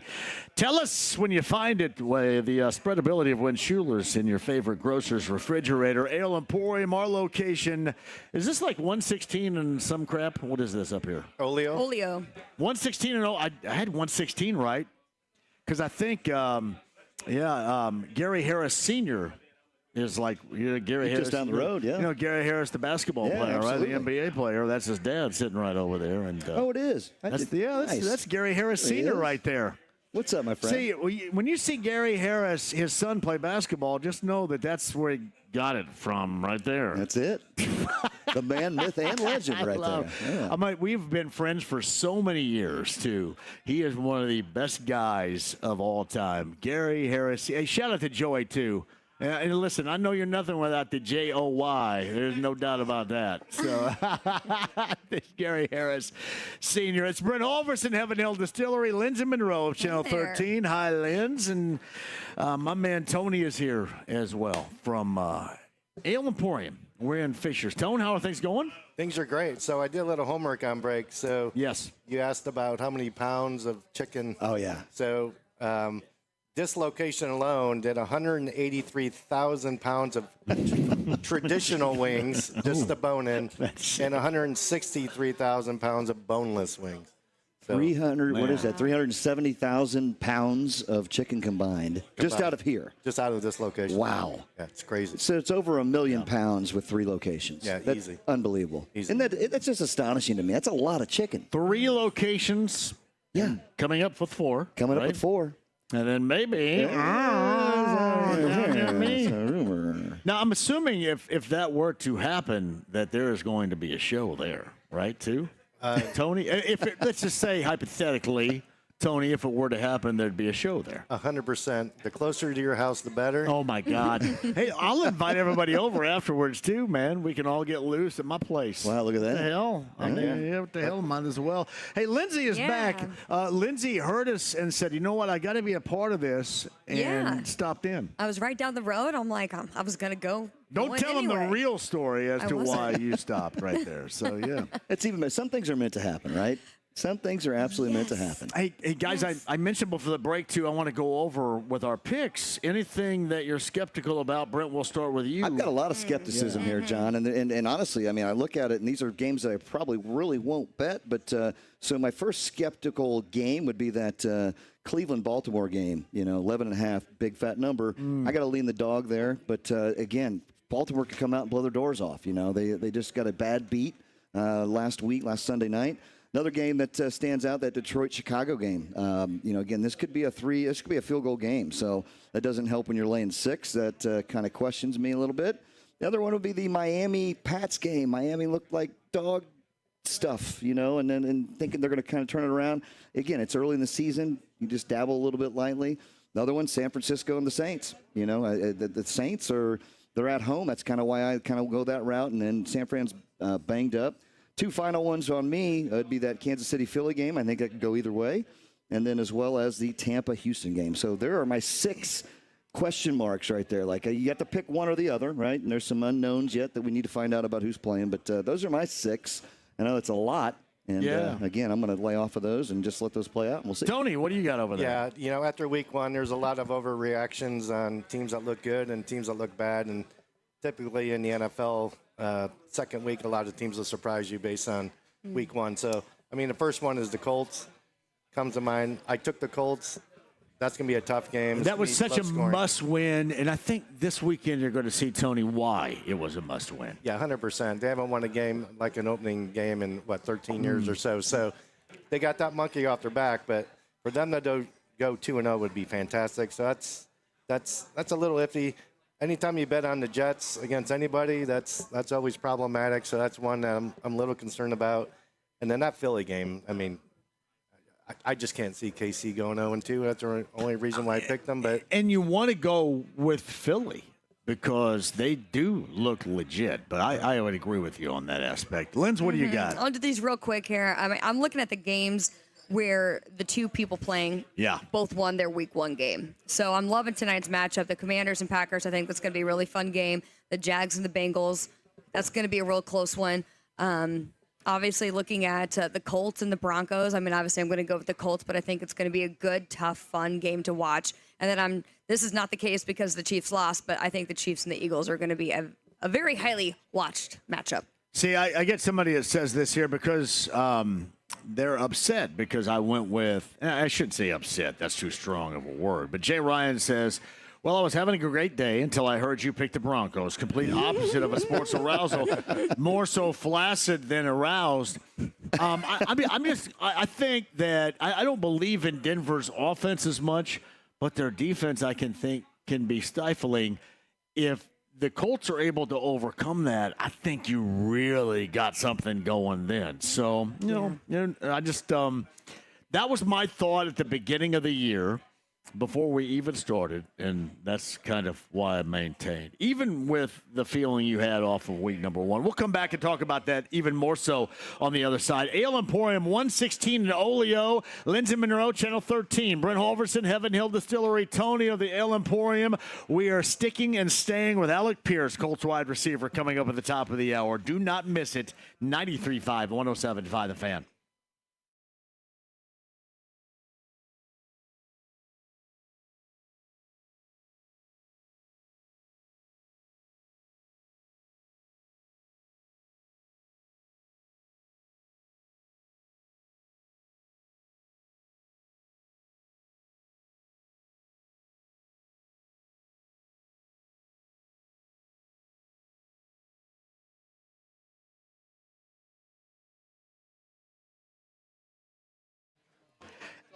District Tap got 2 locations, Northside Clearwater Crossing, downtown Indy. For any of the events downtown, District Tap's a great spot too. Damn good food. You've got the happy hour drink specials, and you've got the entertainment too. Also ask about the music entertainment, the catering, the event space, the District Tap. The 2 locations, Clearwater Crossing on the north side, and in downtown Indy, he's our friend Michael who gets it done at the District Tap every single time for you. The enjoyment is always there. Check out what they have to offer online, thedistricttap.com.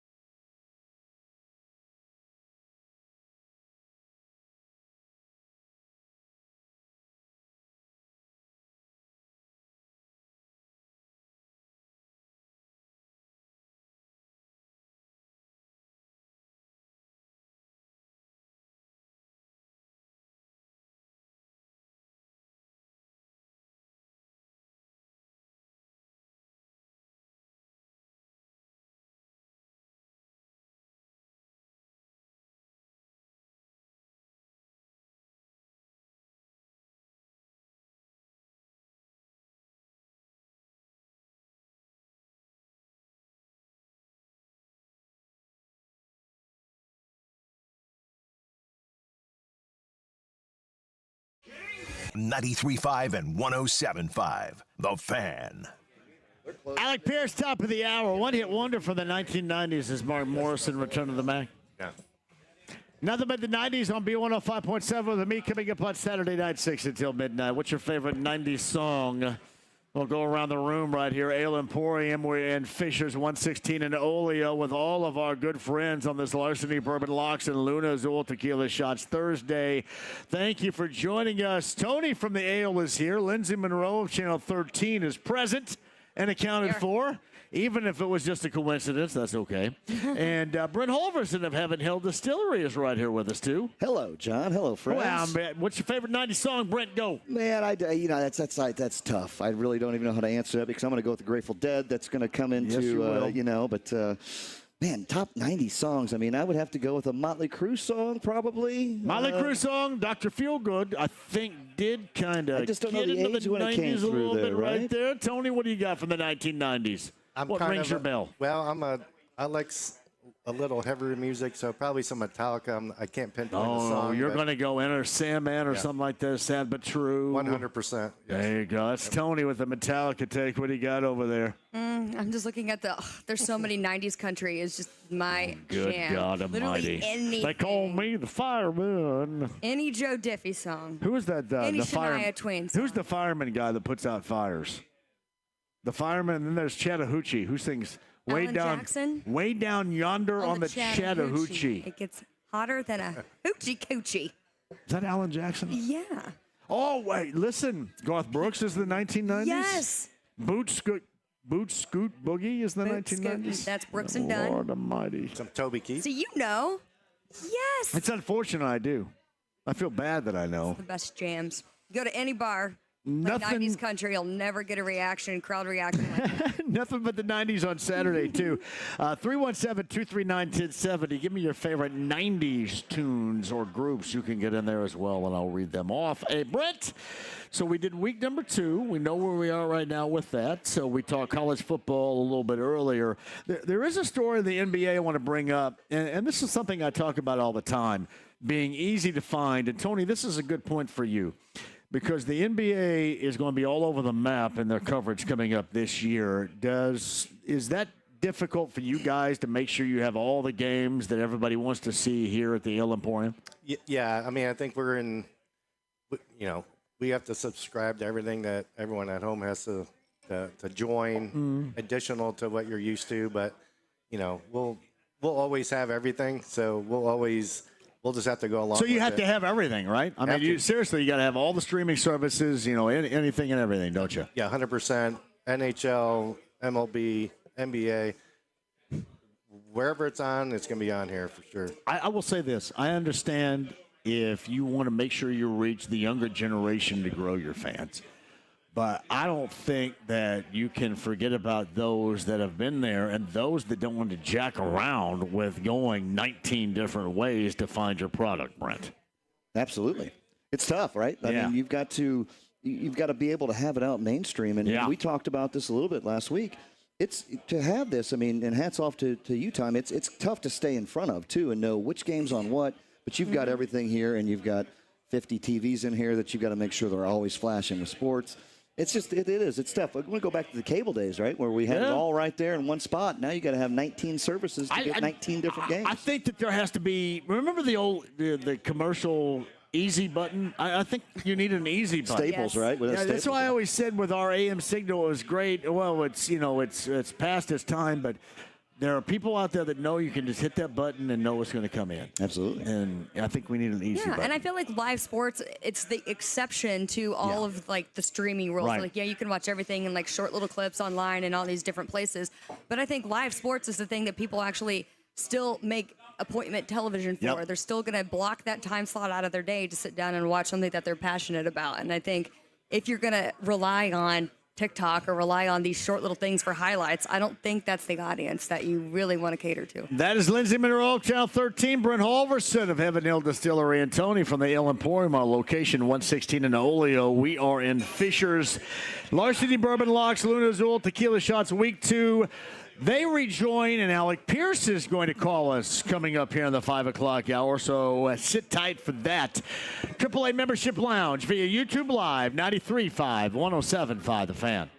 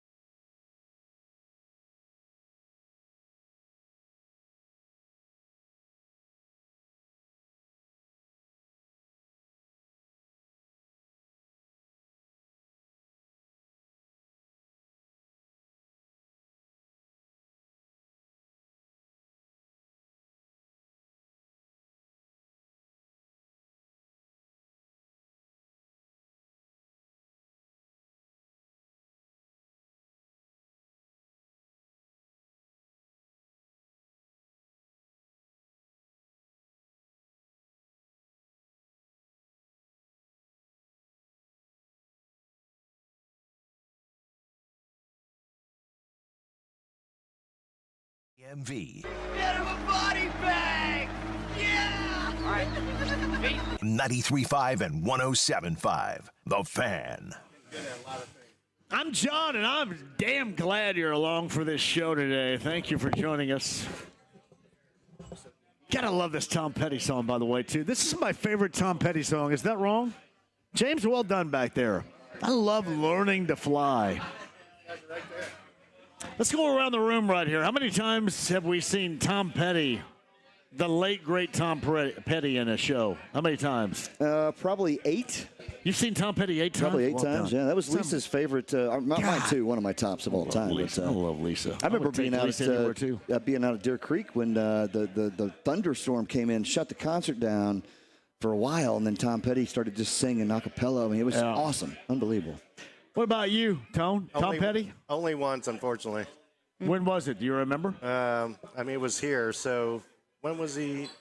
I saw him at Market Square Arena in like 1996, I think. But he was. Yeah. Was he out at Deer Creek? Yeah, yeah. Oh, yeah. A Several number of times. I think his last show was at Ruoff. Yes, Ruoff. The year that he passed away, I believe, right? Yeah. So, That's the one. Yep. So I saw him in, I think, 96 at Market Square Arena, and it was awesome.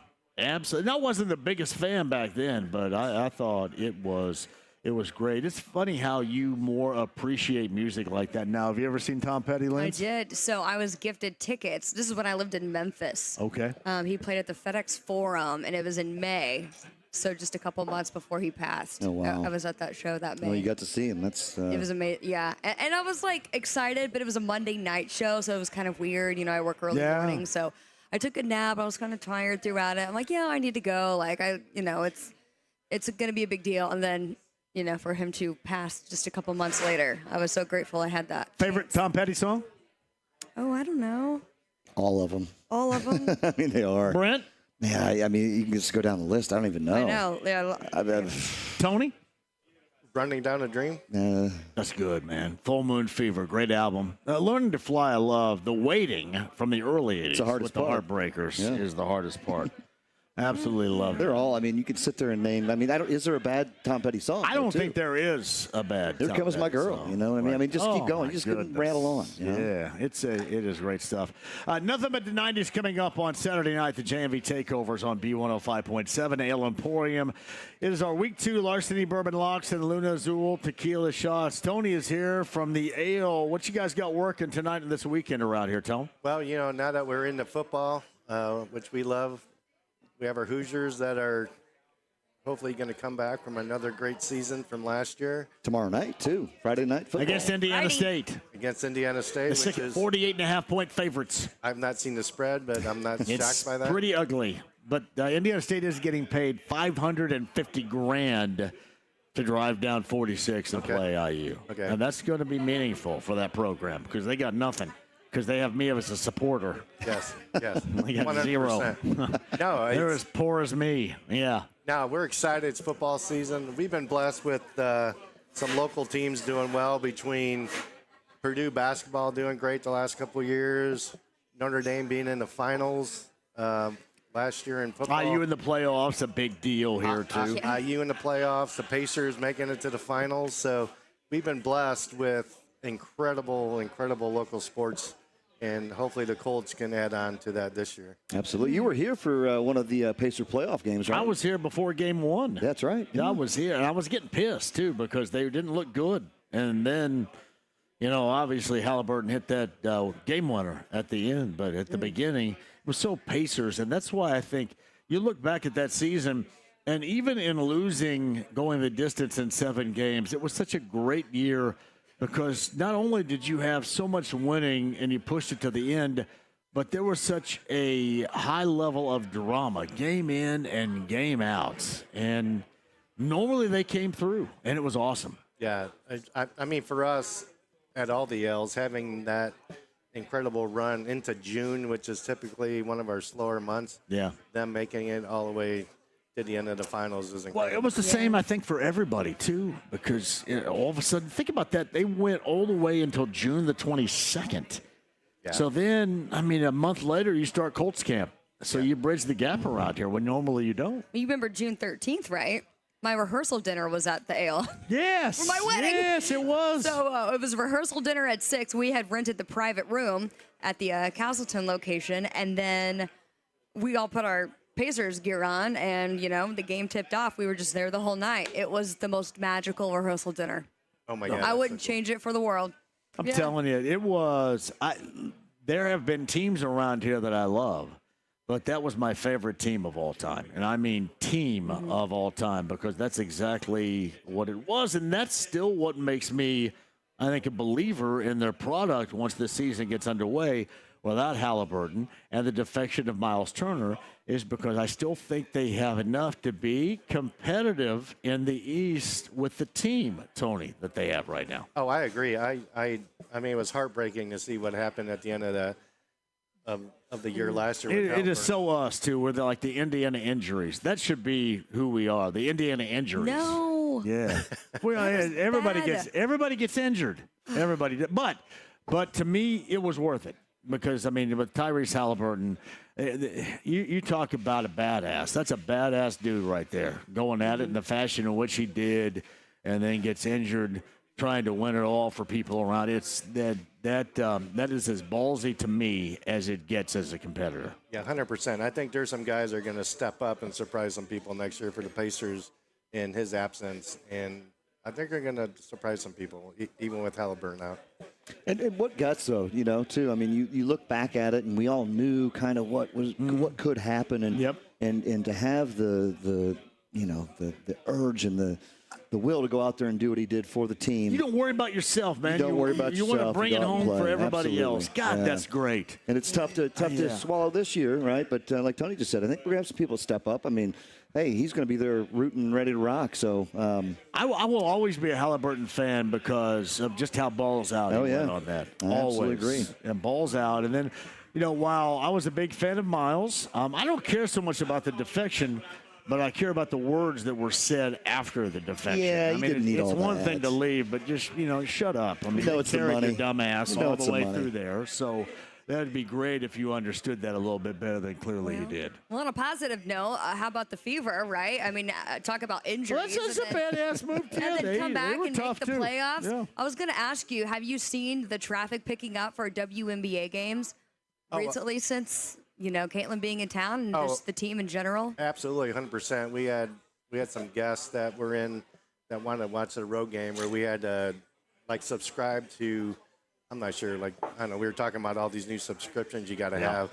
They were on the West Coast, and we're like, yeah. I mean, we just bought it right there. We played it, but what the hell is this Ion thing I have to find here? Is what you're probably saying. Yeah. Oh, it's crazy, but yeah, within 5 minutes we had it on. So yeah. I mean, the Fever guests and the people that come in to support them are incredible. No, they have done a great job this season. I mean, navigating, and again, the Indiana injuries, navigating all those injuries has been incredible. Our Week 2 picks, we did those a little bit earlier. College football begins really tomorrow night with Indiana State and IU down in Bloomington. And then, of course, this weekend, you've got Purdue, USC, you've got Notre Dame, you've got Texas A&M, Brent. You got a lot of really good college football games this weekend. Really do. That Georgia-Tennessee game, too. I think Georgia's might be a 3-4-point favorite. I think that's going to be a hell of a game, too. So a lot of good stuff. And then, again, Week 2 of the NFL, it is the season is back, and it all starts tonight in Lambeau Field, my friend. I know it. You're going to be watching Yorktown and Mount Vernon play volleyball while they tee the football up at Lambeau Field with the Commanders tonight. That's why we have two eyes, John. One's going to be on the court, one's going to be on my phone, and an earbud to hear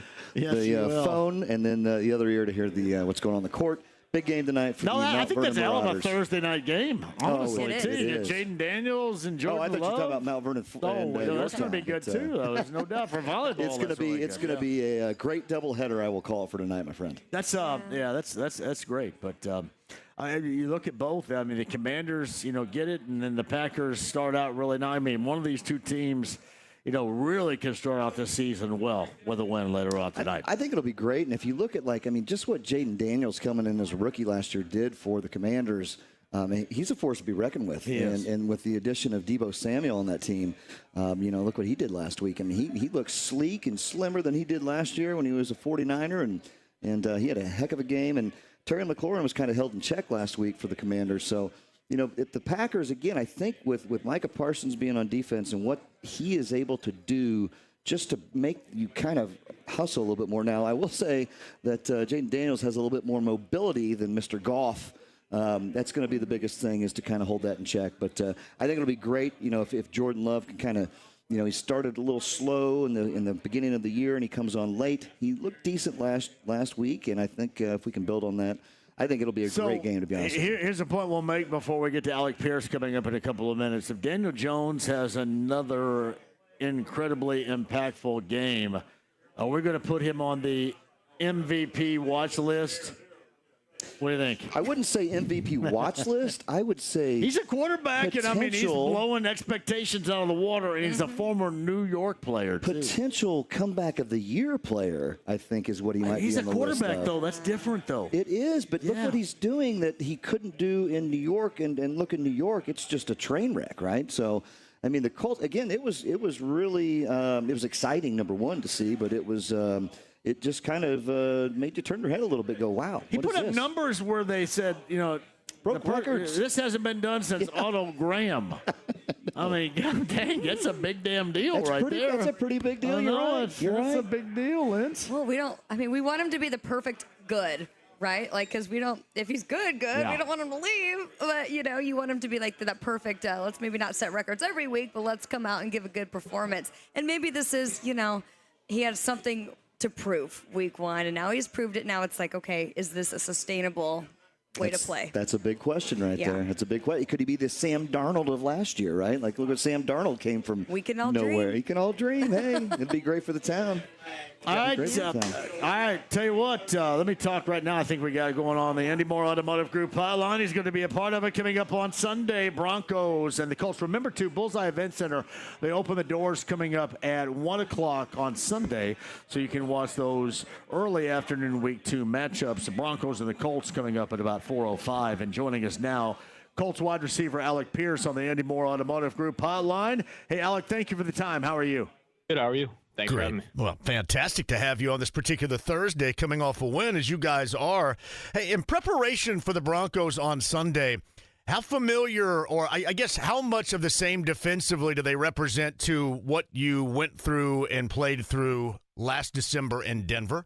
Yeah, a lot of familiar faces. They got a lot of talent on that defense, so it's gonna be a challenge for us. We're preparing for that this week.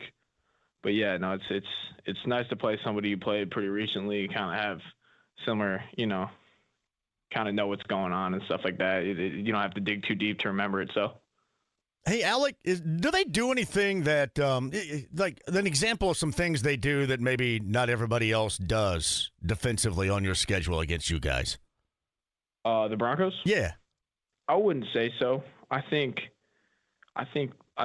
honestly, in terms of like what we played, the team we played last week was pretty unique. Kind of did a lot of different things. This is kind of more back to, I feel like what a lot of defenses are. Kind of more of a standard defense, and that in sure, it's not like a bad thing or anything. It's just I think they kind of play more similar schemes to a lot of teams in the league. It's honestly a little bit more similar to what our defense does, coverage wise. So. It's a little bit more familiar, I'd say. He is Alec Pierce. He's on the Andy Moore Automotive Group hotline. There's no doubt their coach, defensive coordinator Vance Joseph, has a talented group, and we saw that last December. And you mentioned this too. Does it make it, I don't want to say easier because there's nothing easy about this, I realize that, but does it make it, I guess, easier, for lack of a better word here, to prepare for a team that you just saw and does relatively the same thing, as opposed to going the entire year and like prepping for the Dolphins, for example, like last weekend, as you did in week number 1? Does it make it easier in week 2 with a team that's familiar? I would say, like, definitely when we play a opponent, like a divisional team that we play twice a year, that's the second time through when we play them, it's a lot simpler in the game plan in terms of just like, we've already kind of installed a lot of plays, because a lot of times we install a ton of plays and then we don't get to use all of them. So, when we get here Tuesday or Monday, Tuesday, Wednesday, Thursday, and installing these plays, like, it's a lot of stuff usually, but like second time through when you're playing someone, it's usually it's like, okay, we got this play that we already had, we got this play. So it becomes a little bit simpler then, but I think even though we played the Broncos like last December, it's still a new season. So it's still like, You might remember some of those plays, but it's still like we got to reteach it, relearn it, and like kind of repractice it, Yeah, that is Alec Pierce, Colts wide receiver, kind enough to join us on the Andy Moore Automotive Group hotline. Again, I'll get underway at Bullseye coming up at noon on Sunday, 4:05 in that neighborhood is the kick from Lucas Oil Stadium. Daniel Jones huddle, I've asked you this before about other quarterbacks, so I feel comfortable in asking you again. Is there a big difference between a Daniel Jones huddle compared to other quarterbacks at this level you've been with, you have been led by at that position on the field? I wouldn't say there's a big difference. I think I've had the chance to play with a lot of different quarterbacks, a lot of unique quarterbacks in terms of I've had kind of the whole spectrum. You have. I've had some guys at the end of their career that are future Hall of Famers. I've had some younger quarterbacks. So I think he kind of fits in all that spectrum of just he does a good job commanding the huddle, and is a guy that we believe in, and he leads us out there. Yeah, I didn't mean to take you down memory lane right there with quarterbacks, so I forgot for a second. But we have had that conversation before, and I think you give a unique perspective. What do you think overall the offense played like this past weekend? I mean, it looked really, to me, in really every facet, it clicked. Is that how it felt to you playing out there? Yeah, I think so. I mean, I think we did a really good job moving the ball, keeping drive alive, stuff like that. I think the one thing we could do a better job like converting in the red zone and getting 7 instead of 3. I think that was probably like the biggest takeaway. But yeah, I think we're proud with that for our performance for week 1. But it's in the past now. We got to move on to the next week. We got a big one coming up. Yeah, you had a hell of a catch. I'm not going to ask you to rank your catches because you've had some fantastic-looking catches, but that was, to me, it felt like watching that, Alec, on Sunday, one of the more unique, one of the more difficult chances you had that you brought in on Sunday. Yeah, no, it was cool to be back out there and get to make play like that. It's Alec Pierce who is with us. Team-wise, is there a different feel to this group than there was last year? Anything stand out to you about this group? And it seems to me, and I will start right here, and you can play off of it, Alec. It seems like that there is an understated confidence in this group, and I'm sure you're always confident. You always have been confident, but is there a bit of a difference in this group compared to the one you were a part of a year ago at all? Yeah, I think it feels a little different. I think we know the work we put in, and how hard we've worked. I think we really kind of grinded through training camp, and offense, defense, it's a battle each day. Like some days one side on top, other days, other side on top. So I think we're pretty confident in the work we put in, and we've seen how good each side can be. That we're just like we're ready to go and play other teams and play, not play against each other. Alec, as a member of it, how impressive is this wide receiving room, meaning your teammates, to you? Because from the outside looking in, it looks like a hell of a group. Yeah, no, I think we got a great room from top to bottom. I think got a ton of guys that we believe in to make plays, kind of variety, different skill sets in there. And, I think it's just going to be a challenge for us this year, being unselfish, just understanding kind of how it works. And Reggie talks about this all the time because, he played with some great receivers, great tight ends, stuff like that. So, he really understands, sometimes you're not going to get the ball a ton in the game. Then the next week you might come out there and have 2-3 touchdowns, So it's just going to be the way it goes this year. And we just got to stay true, stay consistent, trust the process, know that the ball is going to come to you at some point and just kind of stay with it. He is Alec Pierce. A couple more things before I let you go. Colts and Broncos coming up on Sunday. You mentioned your position coach, Reggie Wayne. Is there anything constantly he reminds you of, whether in practice or in game situations, that it's just a focus? I mean, anything in particular that stands out, coach to player, in your situation with Reggie? Yeah, he there's a lot of route technique things that I won't get into that he's always kind of on me about that. My kind of pumping my arms, getting out of breaks, stuff like that. Another thing too, I think, is to just be aggressive out there and, kind of be physical, use my length, use my size, and kind of dictate rather than let them get hands on and stuff like that. Alec, I thought that your teammate Tyler Warren had a very impressive week number one, his debut on Sunday. What do you think about what he has done? I kind of described him, and I don't know if this is accurate. I think he's very fluidly violent out there, and I mean in a good way, in a football way. What does, from what you've seen, what is he style-wise to you as a teammate on the field in Tyler Warren? Yeah, that's a good way to put it. I think he's an interesting player. I love how he plays the game. I think he just kind of plays like old school football. He's super physical. We can use him in a ton of different ways. Like he'll do the dirty work. He'll get you those tough yards. So yeah, I'm excited to see like the things that they cook up from him this year, and just what he's able to do. Alec, you guys were fun as hell to watch on Sunday, and here's hoping it's even more fun coming up this Sunday as well. Final thing I did want to ask you. I know you're a hooper. Is it in your contract in the offseason that you can't play hoop? Are you done with hoop until your career's over? Yeah, nothing too, nothing too competitive. I'm curious though. How much do you love basketball? Because I play like 4 or 5 days a week. I'm a complete idiot nut, but I love the game of basketball. Are you a big lover of basketball like that too? Yeah, I do love basketball. I probably would be in the same boat if I wasn't playing football. I'd probably be hooping, 4 or 5 days a week. So. Let me tell you this, buddy.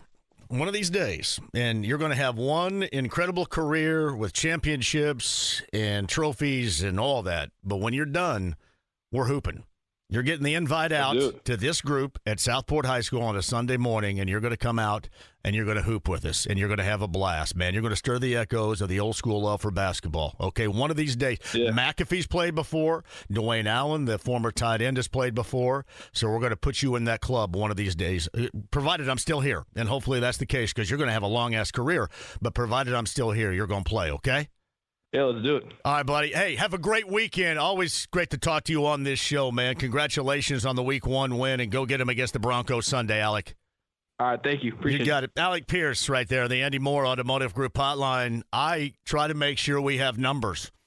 And one of these days, now I may end up being like 65 years old, like our guy Kurt that called in yesterday, but one of these days, we're hooping together. Love those that love hoop. You know that. Ale Emporium. We're in Fishers. Larceny Bourbon Locks, Luna Azul Tequila Shots. Brent Holverson and I return on the other side. This is a football Thursday at the Ale Emporium, and that was Alec Pierce, Colts wide receiver. Bullseye Event Center coming up on Sunday morning. Remember, you can watch the early games, the 1 o'clock games inside the Bullseye Event Center. The doors open at 1. More passes to give away as well. Do not go anywhere. The stream, the app, HD Radio, the AAA Membership Lounge via YouTube Live, and Brent and I again.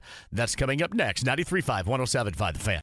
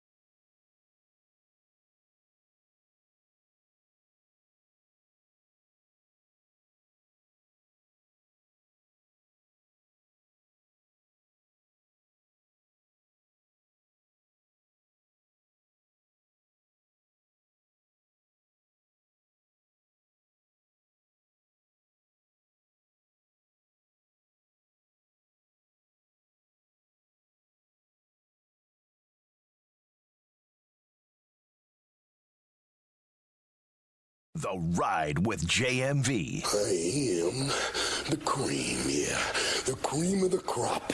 And there is no one that does it better. 93.5 and 107.5. The Fan. We're at the Ale Emporium, 116 and Oleo. Fishers on the Larceny Bourbon Locks, Luna Azul Tequila Shots. Week number 2, Alec Pierce of the Colts, a little bit earlier.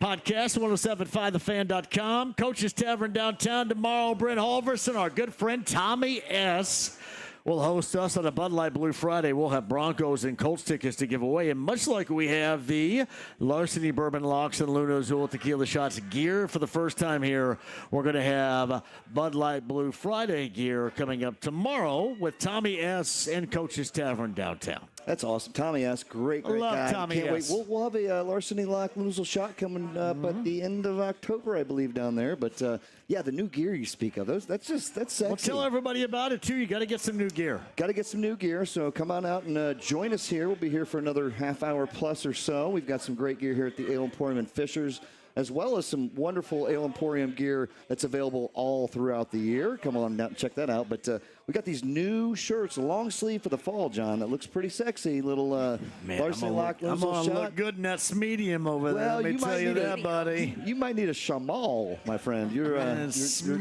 dwindling away. I have. I've eaten a protein bar and 4 pieces of cantaloupe today. But unfortunately, I've had like 5 cocktails. See how that works? You're I'm like evening Dean things Martin. out. Oh, you're sitting with Dean Martin right here. Yeah, I'm not eating anything, but I'm drinking everything. Those are my calories right there, drinking. So, well, you're wearing it well, my man. Well, you're wearing it well. Thank you very much. And Tony is here as well. Ale Emporium here in Fishers. You got all the locations, but obviously the home base for you here in Fishers. Big stuff going on tonight, too, including the NFL week number 2. Yeah, absolutely. Come out. 3 locations: Greenwood, Fishers, Castleton. Great game tonight. One of the best Thursday night games, I think, that's on the slate. So should be a really close game. And come out, get some Hermanaki wings, some Honest pizza, and some cold beverages on this beautiful, beautiful September evening. I am going to eat some Hermanaki's grilled tonight. I'm going to take those home right there. I don't know how you could say no to that. It is my favorite There's zero wing way of all time. I'm going to tell you what, the Hermanaki salad thing is the most incredible thing of all time, Tone, on that menu. My goodness. Yeah, it's when you put that Hermanaki with our homemade ranch and blue cheese, it's magic. It's fantastic. It is magic. I know Lindsay loves that, It's too. the best ranch. And I mean, what's the secret ingredient in the ranch that makes it so much better than any other ranch dressing I've ever had? Well, there's 8 ingredients that go into our ranch. So, yeah, it's a lot. But Is it Parmesan cheese? Is that the secret ingredient? That's one of the 8. And we sell it by the pint, the blue cheese and the ranch by the pint, and all our sauces by the pint. So if you're grilling at home, come grab a jar. If you just want to dip your carrots into ranch or blue cheese, you can pick them up here. I almost giggled when you said that, but I tried not to. Really hard. You did well. I can't help it. I'm like 12 years old. Only time I'm going to dip my carrot in something, I go, wait a minute. You can't say that in front of me without me giggling. I apologize right there. All right, so I got somebody telling me I picked the Broncos this weekend. They are 1.5-point favorites as of right now against the Colts on Sunday at 4:05. Again, the Bullseye Event Center opens its doors so you can watch the early afternoon games at 1 o'clock coming up on Sunday. I'll give you another pair of passes for that coming up in just a bit. But 1.5-point favorites. About the number with that game, anything where you lean Colts more than anything else? Is it just like the home situation all in all, Brett? You know it is. And again, I think just for what I saw with my eyes last week, how they just got out there and clicked. And how Danny Dimes, he just looked like he was in charge. And they look great. And I hope that carries over. He did look in charge. Again, home teams are, you're getting what you call a 3-point buffer, if you will, right, for being at home. So they're saying that the Broncos are a 4.5-point favorite. I did not see the Broncos as a 4.5-point favorite versus the Colts after what I saw from them last week. So I'm just looking at that. The Broncos' offense was awful, but their defense was stifling. The defense is one of the top in the NFL, and again, you're gonna fight through that. But how comfortable Daniel Jones looked back there, and getting Pittman back involved. He's a must-have, and Alec Pierce talked about that too. Just how he commands the huddle with his presence. Yeah, and JT, he didn't have the best of games, but he ran well. He played very well. I think he staying healthy is going to be the biggest key for the Colts, offense-wise. Their defense looked great, though, too. It did. Their defense looked really good. So, again, I think this could be a little bit of a defensive battle, and give me that home field advantage with those loud 12th-man fans back there. That's what I'm looking for. That's what I'm looking for. Unlike you, not. I know. Bronco I'm the fan pain in the ass right here going to the Broncos. So. And to deal with people complaining about the roof being open this weekend and the sun blinding them and not be able to see half the game. And it's going to be hotter, but however, a late afternoon game, I don't think the sun beats down on them at that location like it would at 1 o'clock. Yeah, I think it's going to be a lot of a different setup. And 30% chance of rain, I think. There's a straight shower chance, but I think mostly in the morning. So I think, I think it's going to be open. Anytime that there's rain at all in the forecast, they tend to keep it closed. And because there's no drainage system in there is why. Right, well, correct. Yeah. And I don't blame them for that. So anytime there's a rain chance, so that kind of has me leaning toward that maybe they'll just keep it closed. And the high is like near 90. That's a little uncomfortable. But I have bet Mike Chappell that the roof would be open 5 or 4 times before Halloween.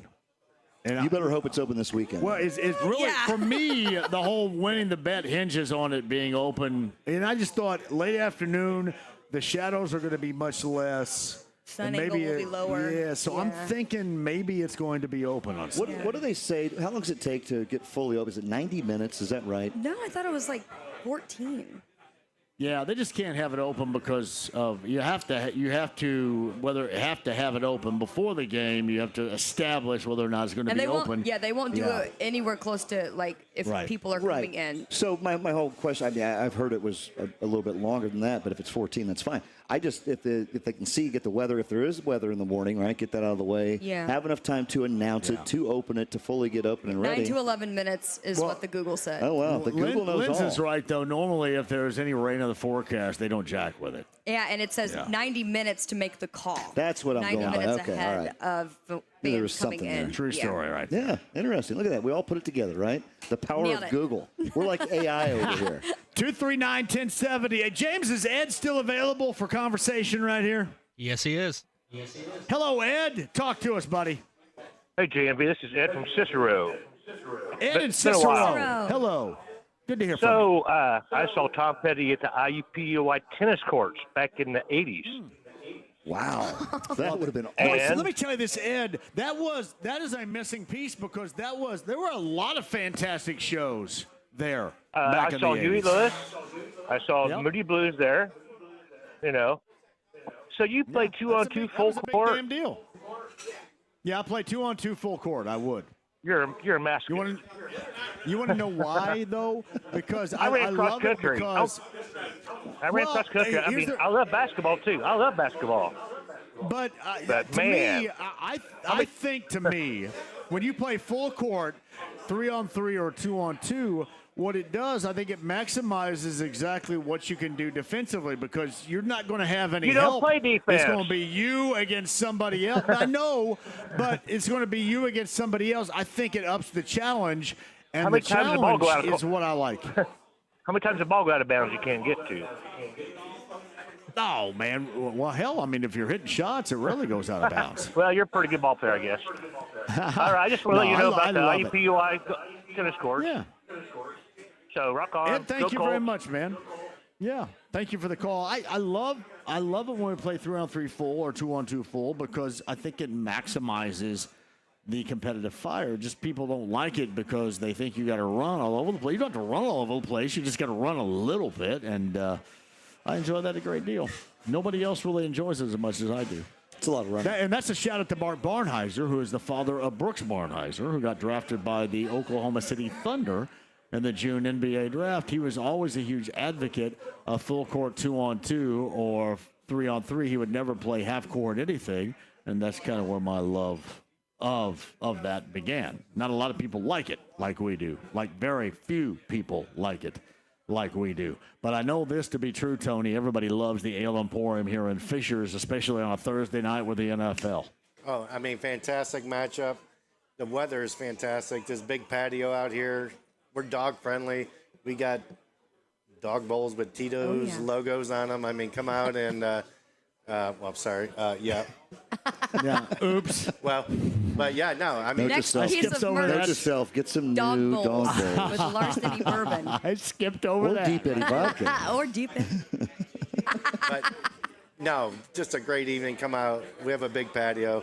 It's going to be a great night. Great game. So, yeah, Hermanaki wings, some honest pizza just means we put a lot of toppings on our pizza. That's why we call it honest pizza. And, yeah, come on out and enjoy. See, you run on the basketball courts. I run to get to the Ale Emporium. So that's where my running comes in. I'd run right here, get some Hermanaki wings. I'm going to have to try the what is it? What's the secret?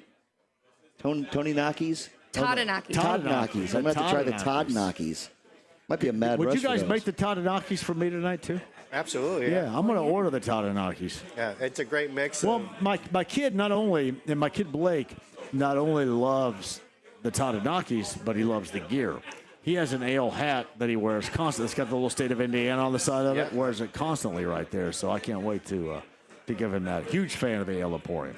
Yeah, I mean, 100%. So, yeah, our sauces are what's really interesting about the Todinakis. It's two of our sauces that aren't, I would say, the most popular. The 3 Mile Island, I think, scares people off because it sounds super hot. But, Sure. But it's not. Spicy. For anybody that remembers 3 Mile Island, yes. Correct. Yeah. Maybe it's named poorly, but it's not spicy enough to scare you off. And then the teriyaki. You didn't say Chernobyl, which I think people are okay with that.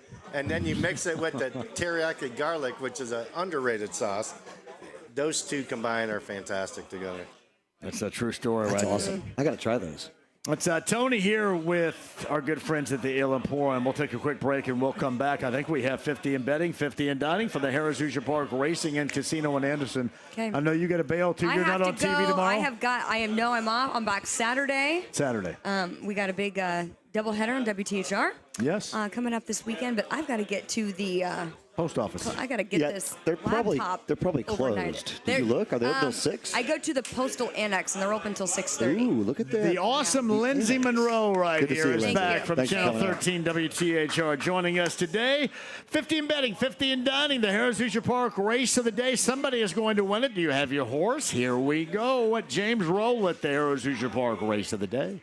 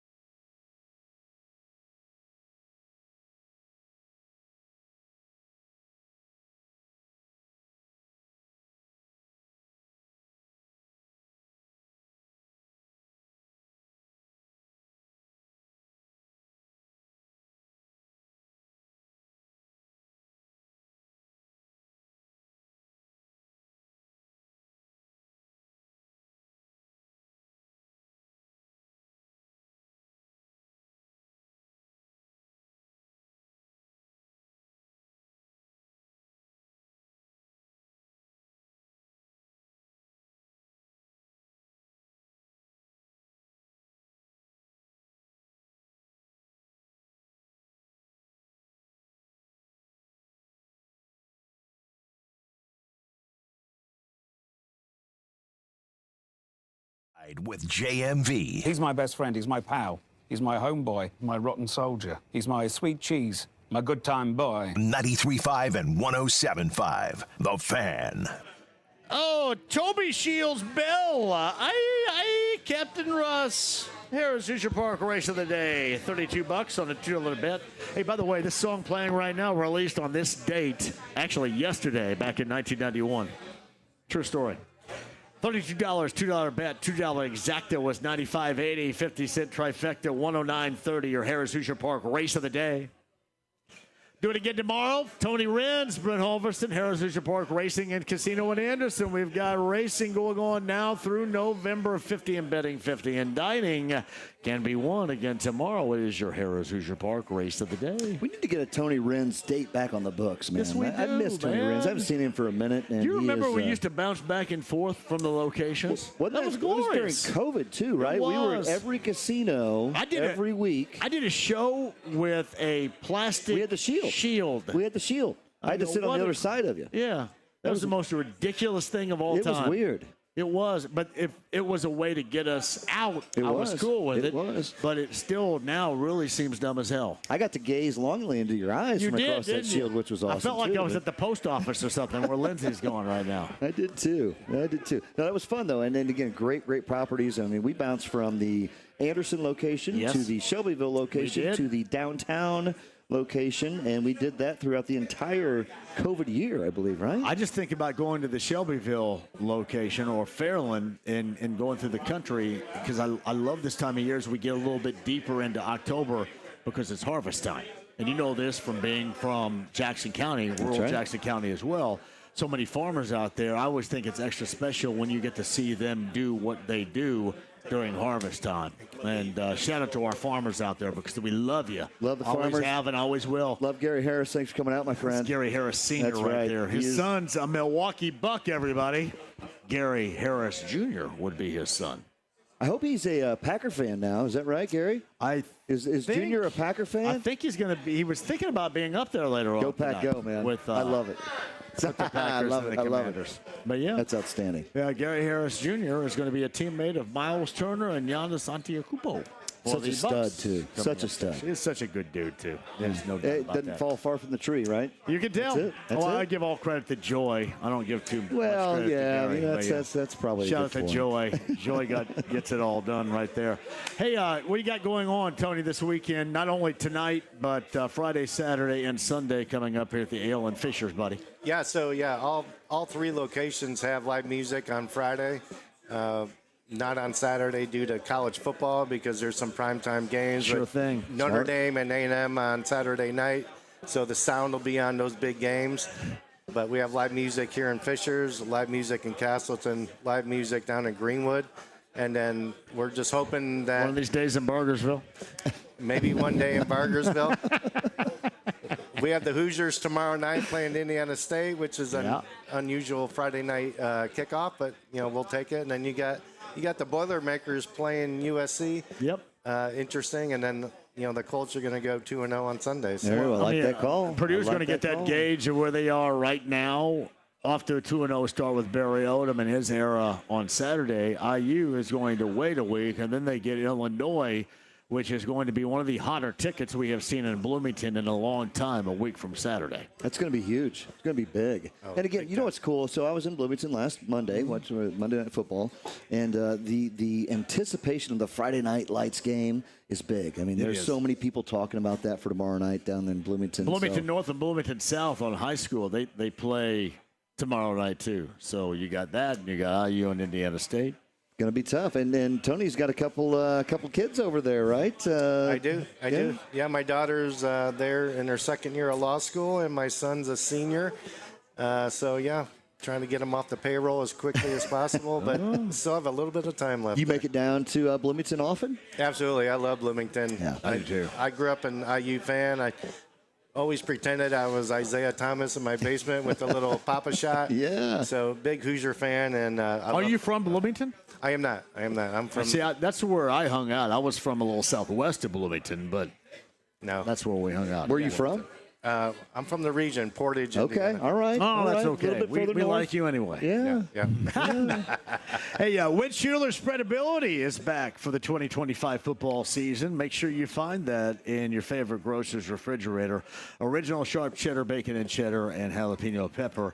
Win Schuler's Spreadability is great on absolutely anything. Have it for your party, your gathering, or just you hanging out. Win Schuler's Spreadability back for the football season, Brent, of 2025. That's outstanding. Can't wait to have some more Win Schulers. And we had it a couple times throughout the past year or two. Bob Nunez is Bob the president. came down and joined us. Yes. Yeah, that was awesome when he came down.